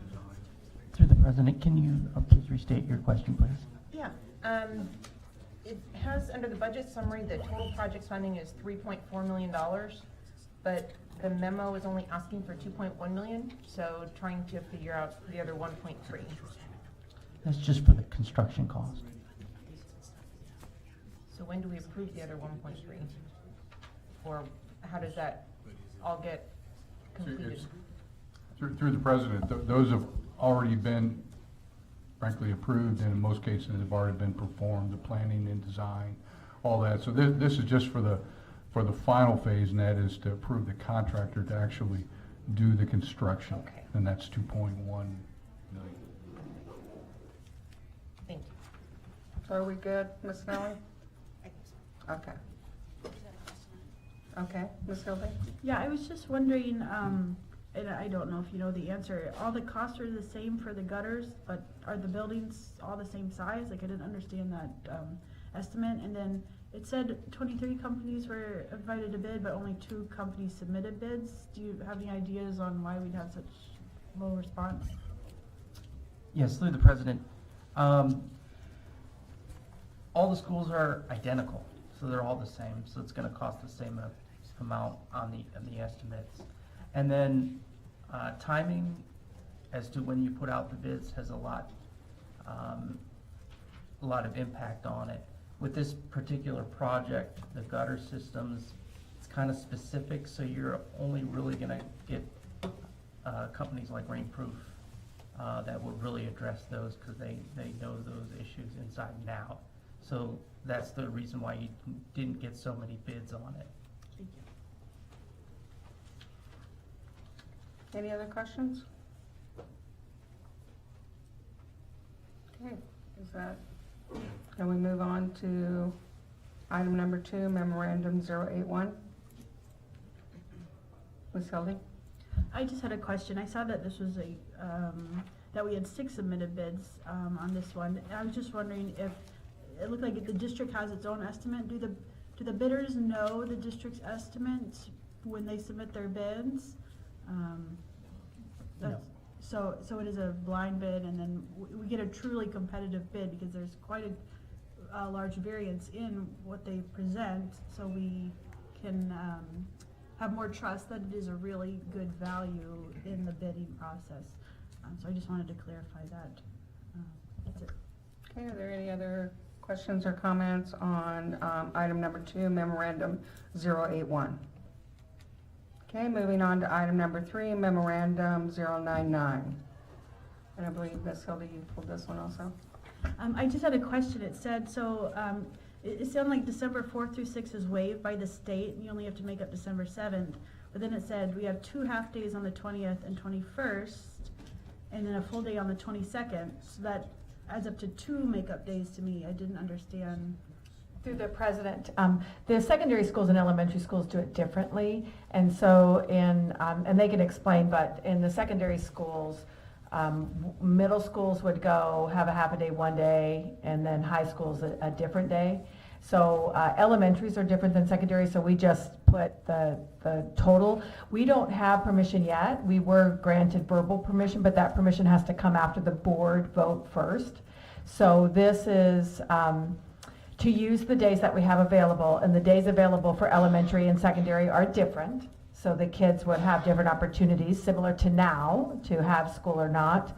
But we wanted the days that we feel that we could get the outcomes done, which is communicating with parents. We really do believe we can make an effort to do that, and have our parents feel satisfied that they have information about their children, as well as satisfy having school days. We wanted to meet that as well. So we will request those days verbally, but at the time we did get, yes, we'll be flexible with your days, but we wanted to do our due diligence in effectively having school days for kids that we could. Specifically, those are just different days, and I could have Kirsten and Glenn share the differences in those days. Oh, Mike can do that. Mr. President, to answer part of that question, those half days we have both at secondary and elementary right now, we already basically have a waiver from the state that those count as full instructional days. So while we will be making up some instructional time with our students, those 2 half days don't actually make us any additional days on the calendar. Great, thank you. All right, any other questions or comments on that item? So moving to item number 4, which is memorandum 094. And I pulled this one because I know this has come up before, but I have since gotten more information. And part of that information is, I think some of our board members were not, my understanding is that apprentices couldn't enter the program until 22, and now I understand they can enter it right out of high school. And that there are scholarships that are afforded, and that the apprentices do get paid while they're working. And there was some other information that I think Ms. Mitchell had come up with, if you want to speak to that. Yeah. So I happened to be speaking with somebody on another issue, Zach Fields, and he said to me, we were talking about the apprentice issue, and he said that he was actually in the meeting that former board president Pam Agasti-Giesler and member Kathleen Plunkett had been in with the assistant commissioner of, the deputy commissioner of the Department of Labor. And he said that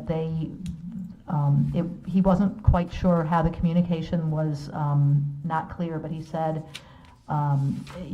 his job, I can't remember I can look it up. His job when he was working for the Department of Labor was to work with apprentice programs, and when they had the meeting, the deputy commissioner explained that from the state perspective, they really encourage apprentice programs, and that it actually does not increase costs to put apprentices on the jobs. In fact, in some cases, it will decrease costs because people get paid commensurate with their experience level. So an apprentice would earn less than a full a journeyman type of person would. The other thing I talked to him about was the issue of if a company doesn't have an apprentice program. He said, well, that's something the state, again, encourages. The Department of Labor has templates and support, and it's at no cost to the companies for them to set up an apprentice program. He said it's actually quite simple to do. And then we were also talking about the reporting issue, and he said, well, the way that companies have to report their time to the district, it's all laid out very clearly. There's no additional reporting burden for the apprentices. And in the rare cases where apprentices truly aren't available, then you would simply say, you know, we touched base with this and this organization that provide, if they're a union shop, you know, we touched base with the unions and they have no apprentices available. So that didn't seem to be, it sounded like from his experience in that position, working with a lot of different contract type situations and apprentices around the state, it really is beneficial to us because from my perspective, we really are trying to increase CTE in the district. We know that Alaska is going to be facing a shortage of labor. We've been losing a lot of people out of state over the past few years because our state capital budget is essentially zero. So there's not very, up until the earthquake, there wasn't much construction going on in the state. So we have these wonderful programs. We're trying to build them up in the district. We have children, or young adults, 18-year-old legal adults who graduate from King Tech and sign on with sometimes union shops, sometimes organizations in town that aren't a union shop to apprentice with them. And so if we are raising these kids and giving them the training to go into trades, then having opportunities for apprentices to work on our jobs, I think, is something that we should really support. So learning all of that information was great for me because it made me feel very comfortable with this policy that Member Donnelly is proposing, and I see it as a win-win. Ms. Hildy? The governance committee considered this last June. I think it would be helpful to review the, listen in on the meeting again. I listened in on it a few months ago when Member Donnelly and I were discussing this. We had a robust presentation, and I would hate for people to have to repeat things that they've already presented because maybe we just don't remember since June. So that would be maybe if Katie could send that out to members and take the time to listen to all the sides of that argument because it was very clearly laid out and governance did not vote to push it through to the full board. Well, and the 22-year-old thing, that was something I heard when I went to tour one facility. I've never held that up as an example of all apprentice programs, and that certainly wasn't a factor at the June committee meeting. So that's just my request that people, for the sake of respecting people's time and not having the same presentation again, to listen to the meeting. Well, I think one of the reasons this was brought back up is because some of the information that we were given was contradictory to some of the information that we've gotten now. Not that I'm saying anyone's lying or not telling the truth or whatever, but it seems to be some contrary information versus what the apprentice program is saying and what we're hearing from the district. So I wanted to make sure that this was well vetted and that I did go back and listen to the meeting, so I know what those concerns were. But we can certainly do that unless board members want to take a chance to listen to that. We can have it sent back out. I have a question of clarity. The information that's provided, are the misinformation or difference information, are you thinking that the district presented something inaccurately, or that Tam and Kathleen did? Is that the suggestion? Well, when I spoke with Kathleen last week, she said that they had met with the Deputy Commissioner of the Department of Labor and that he had been, had said that it's more expensive to use apprentices, which was not what I had gotten from several people who are in the construction industry. So that was, it just was, as I said, it was coincidental. I was talking with Mr. Fields about something else, and I said, oh, you know, you work in the union area. What, do you know anything about this? And he said, well, actually, it's funny that you should say that, because I arranged that meeting. I was in that meeting. It was very clear. I don't know how they could have left that meeting without that information, with that impression that it's more expensive. I think there's a concern with the language as well as some other, so, you know, perhaps a suggestion to listen to that and then to come back and answer those questions, or now, just to be clear, what specific things it was. It would be good to reground ourselves in the information. But certainly the language in this proposal, there is concern, not that whether we do it or not, but that maybe a different vehicle in doing it might assist. And there may be amendments to this. I just wanted to open up and see how we wanted to proceed with it. So if board members are okay with that, we'll disseminate that information so that you can have an opportunity to look at that. I know that my decision was, because I was there at that time, was weighted with what Kathleen and Tam came back with. The information they received, I think, is what caused me to vote the way I did, is because they confirmed what the district had told us. So at this time, that's what we'll do, and we'll have it on action item for next board meeting. Okay, number 6. You want to tell us what that is? Yes, thank you. So back in November, Thank you, gentlemen. I have to get the commission right. The Municipality of Anchorage Commission on Salaries and Emoluments of Elected Officials passed a resolution number 2018-2 to increase school board members' salary and health insurance benefits. Everyone was sent a copy of that on December 14th in the board connect. Is that the one from Dr. Bishop? Yeah. So you can pull it up. It equates to 11% pay increase. There has not been a pay increase since 2012. Absent anything the board does, this is an automatic pay raise. So we talk a lot about transparency, so I think it's very important that we make it very clear. My personal preference would be to freeze our school board member stipend and benefits at the current levels until the start of the fiscal year 2022-23. As the least senior board member, that would affect me the least amount, so I'm mindful of that aspect of it. The way it's structured is if you are re-elected or a new board member this April, you would receive your raise this April, and then the members up for re-election next year would receive it next year, such that half of our board would receive a raise within the next 15 months. Given our need to lead and set the example for what we do in our district and the people who don't have raises, I'm very hesitant to accept this raise. It's not a criticism of the commission's work. I think they were diligent. There hasn't been a raise since 2012. I don't see anything wrong with their process. Just on my comfort level of accepting it. School board members aren't paid universally around the country. Seattle Public Schools board members aren't paid. I just did quick searches. Minneapolis Public Schools get $14,000 to serve on their school board. So I have a motion. I don't know if I put that in a non-action item to freeze our pay, if I would do that now or when it is an action item. You would do it now so that it can become an action item. Okay, so, No. Would it come forward as a non-action at the next meeting? I mean, there's no, Yeah, we can- you know, we have time. It's not Create like the it's- memo and. Yeah. Okay. So I'll just say my motion. I move to freeze school board member stipend and benefits at the current levels until the start of fiscal year 2022-23. Second.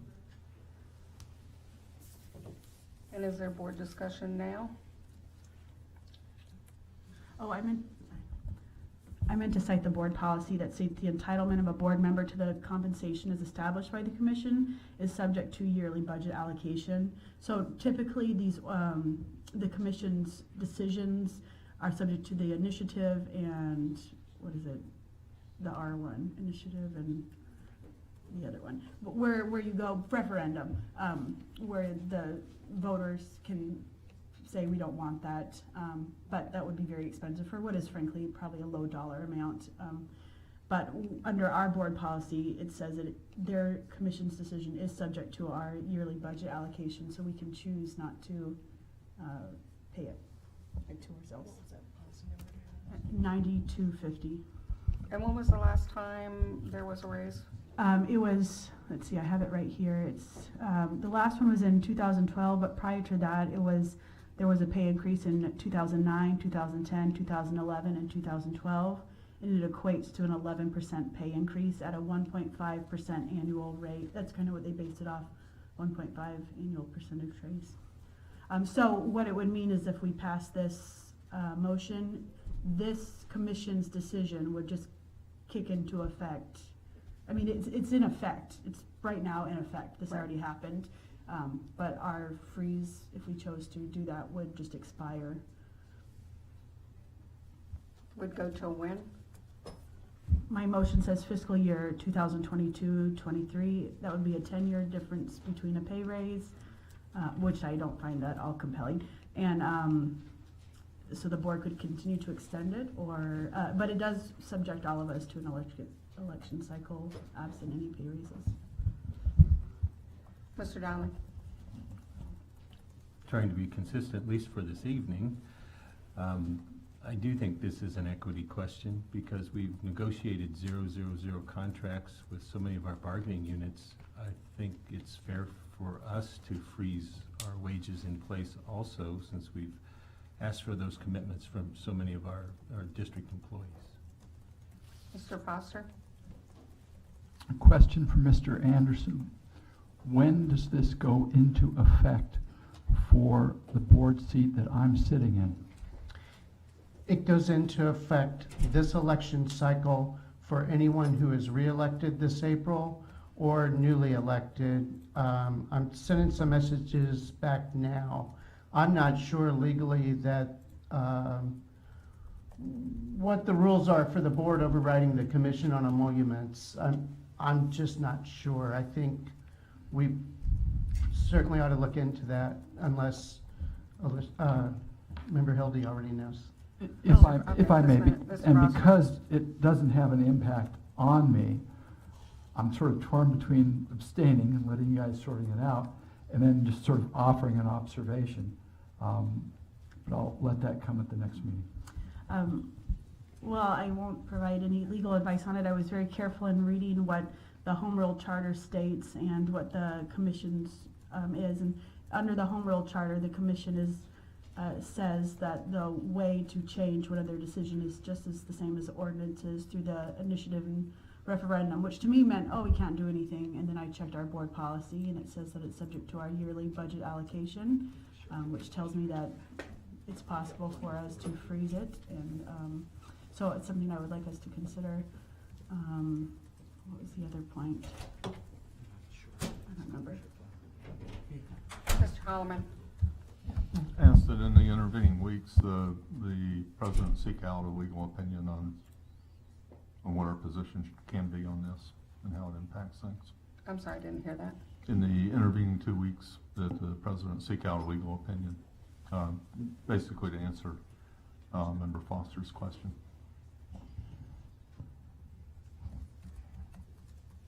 So I guess, Mr. Anderson, we're asking you to report back to us and let us know what the official Okay, thank you.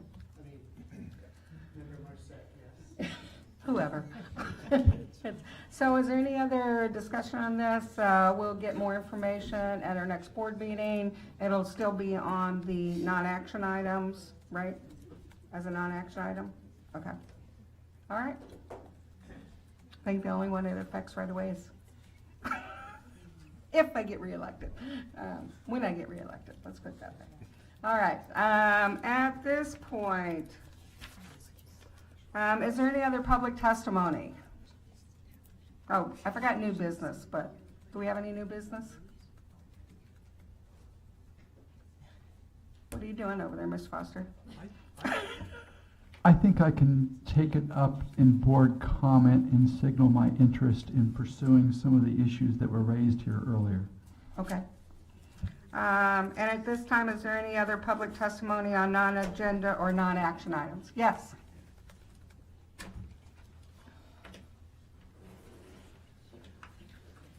you. Hello. Hi. My name is,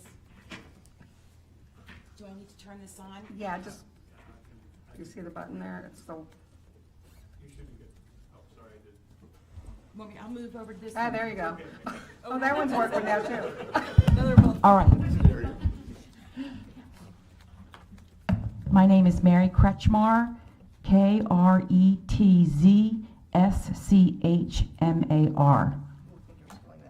Thank you. I'd like to remind the school board that across all peaks tested grades, only 1/3 of our students are proficient in reading.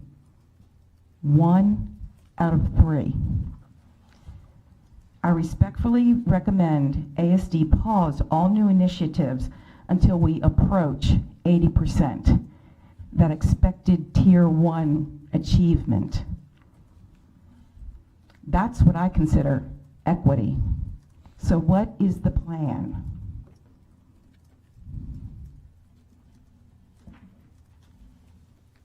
I'm sorry, we don't engage during testimony. You don't engage during testimony. It's our time to listen and your time to speak. Okay. I'll be looking forward to maybe some measured responses to this question in the future. You're always welcome to email the board too, and we can respond that way. Thank you. You're welcome. Thank you, President. Okay. Thank you. Any other testimony? Okay. At this time, is there any school board or administration comments or communications? Yes, Ms. Foster. I would like to volunteer on behalf of the board to at least be one of the board members on an ad hoc committee to look into the issues surrounding recess and lunchtime, and sort of examine the calendar and what our policy options are, so we can at least bring forward options and potentially some assessment of pros and cons. You know, I'll probably offer up a recommendation. You guys can have some fun with the straw person that I offer up. Because I think it's a very interesting question with all the other pieces that we've got moving. And I'd like to encourage us to undertake sort of a disciplined approach in collaboration with the administration to look at, all right, we've gotten a lot of input from folks who have some concerns. How can we make adjustments? What options do we have to engage this conversation?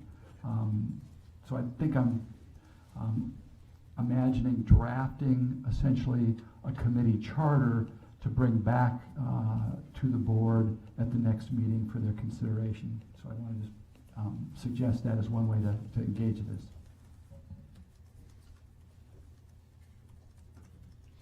Do I have a second, or, I mean, I'll second it if it needs a second. are board members in favor of moving forward with this? Yes, Mr. Coleman. I support the idea. I think that we have to be cautious in sending out a central edict to all schools, but looking at what latitude we can grant individual buildings to make decisions, or teachers to make decisions in the course of the day about activity, nutrition and whatnot. I think that ideally we want to empower each school to do the right thing for the students that are in front of them. And I'm pretty sure it won't look the same in every building. But at the same point, our role here is to set sideboards or policy guidelines. And I think a committee that involves parents and people at buildings and the board would be an excellent idea. Right. Ms. Hildy? I think committees to look at particular issues are a wise and efficient choice. We are able to put a timeline if we create an ad hoc committee to say that the report should be, this committee ends at a set date. So I would want to see that if we do this committee. I do have a question for the administration, and so I'm at a loss. I know that Sand Lake at one time was doing 60 minutes, but what was, I don't want to say mandated, but didn't we increase the time from 40 to 45 minutes, and schools were able to do their own, whatever they want? Each school principal could make their own judgment as to how long, but we just said that it had to be at least a minimum of 45? We did have a minimum of 45 outside of passing times for lunch and recess. Some schools, which we heard testimony today, there are different. Some schools chose to have a longer recess, some a longer reading. Some schools have not been able to figure out their schedules. I think a board member shared that a principal talked about having to just redo schedule, trying to figure it out. Depending on the number of kids, it is easier to eat in your classroom, but then you have the gym for PE, but some like to, they're all really building level decisions, how they like to use their lunch and recess. You also had a school who spoke that they also added 15-minute snack time. So that's added to a food time that could go to a recess time, that could go to a lunch time. Within the guidance that we have for building elementary schedules, it does have time in there that's unallocated, that schools, teachers even can decide outside of schools. So we have left it at the school level with the minimum guidelines that lunch recess combined should be no less than 45 minutes, including passing time. That does not include, and you've heard some testimony tonight where they've worked on the speed at which we can deliver hot lunch. You know, I think those issues will always be the speed at which in this, September we can get outside. Right now, you're not going to miss a piece of clothing. We wouldn't want our children to miss a piece of clothing. So it's just varied, but it's only 45 right now. But they were 60, so they did have some reduction. We didn't say Sand Lake go back to 60. We said all schools have to have a minimum of 45. So Sand Lake is still less than they had in the past. Mr. Donnelly? I've really been trying to figure out where I would propose we should be on this issue. Obviously, there's different ways of measuring it, including the passing time, not including the passing time, trying to assess. But there is so many differences from school to school, campus to campus. It's very challenging to come up with what's the right uniform rule given the shortness of our school day, and we're trying to pack so much into it. But I do think I'm ready to support a longer minimum policy rather than the 45 minutes. Okay. Well, I think we're in agreement that we're going to develop this committee, and you'll be coming back to us, Mr. Foster, with a recommendation? Okay, all right, thank you. Any other board comments? Guess what? We're adjourned.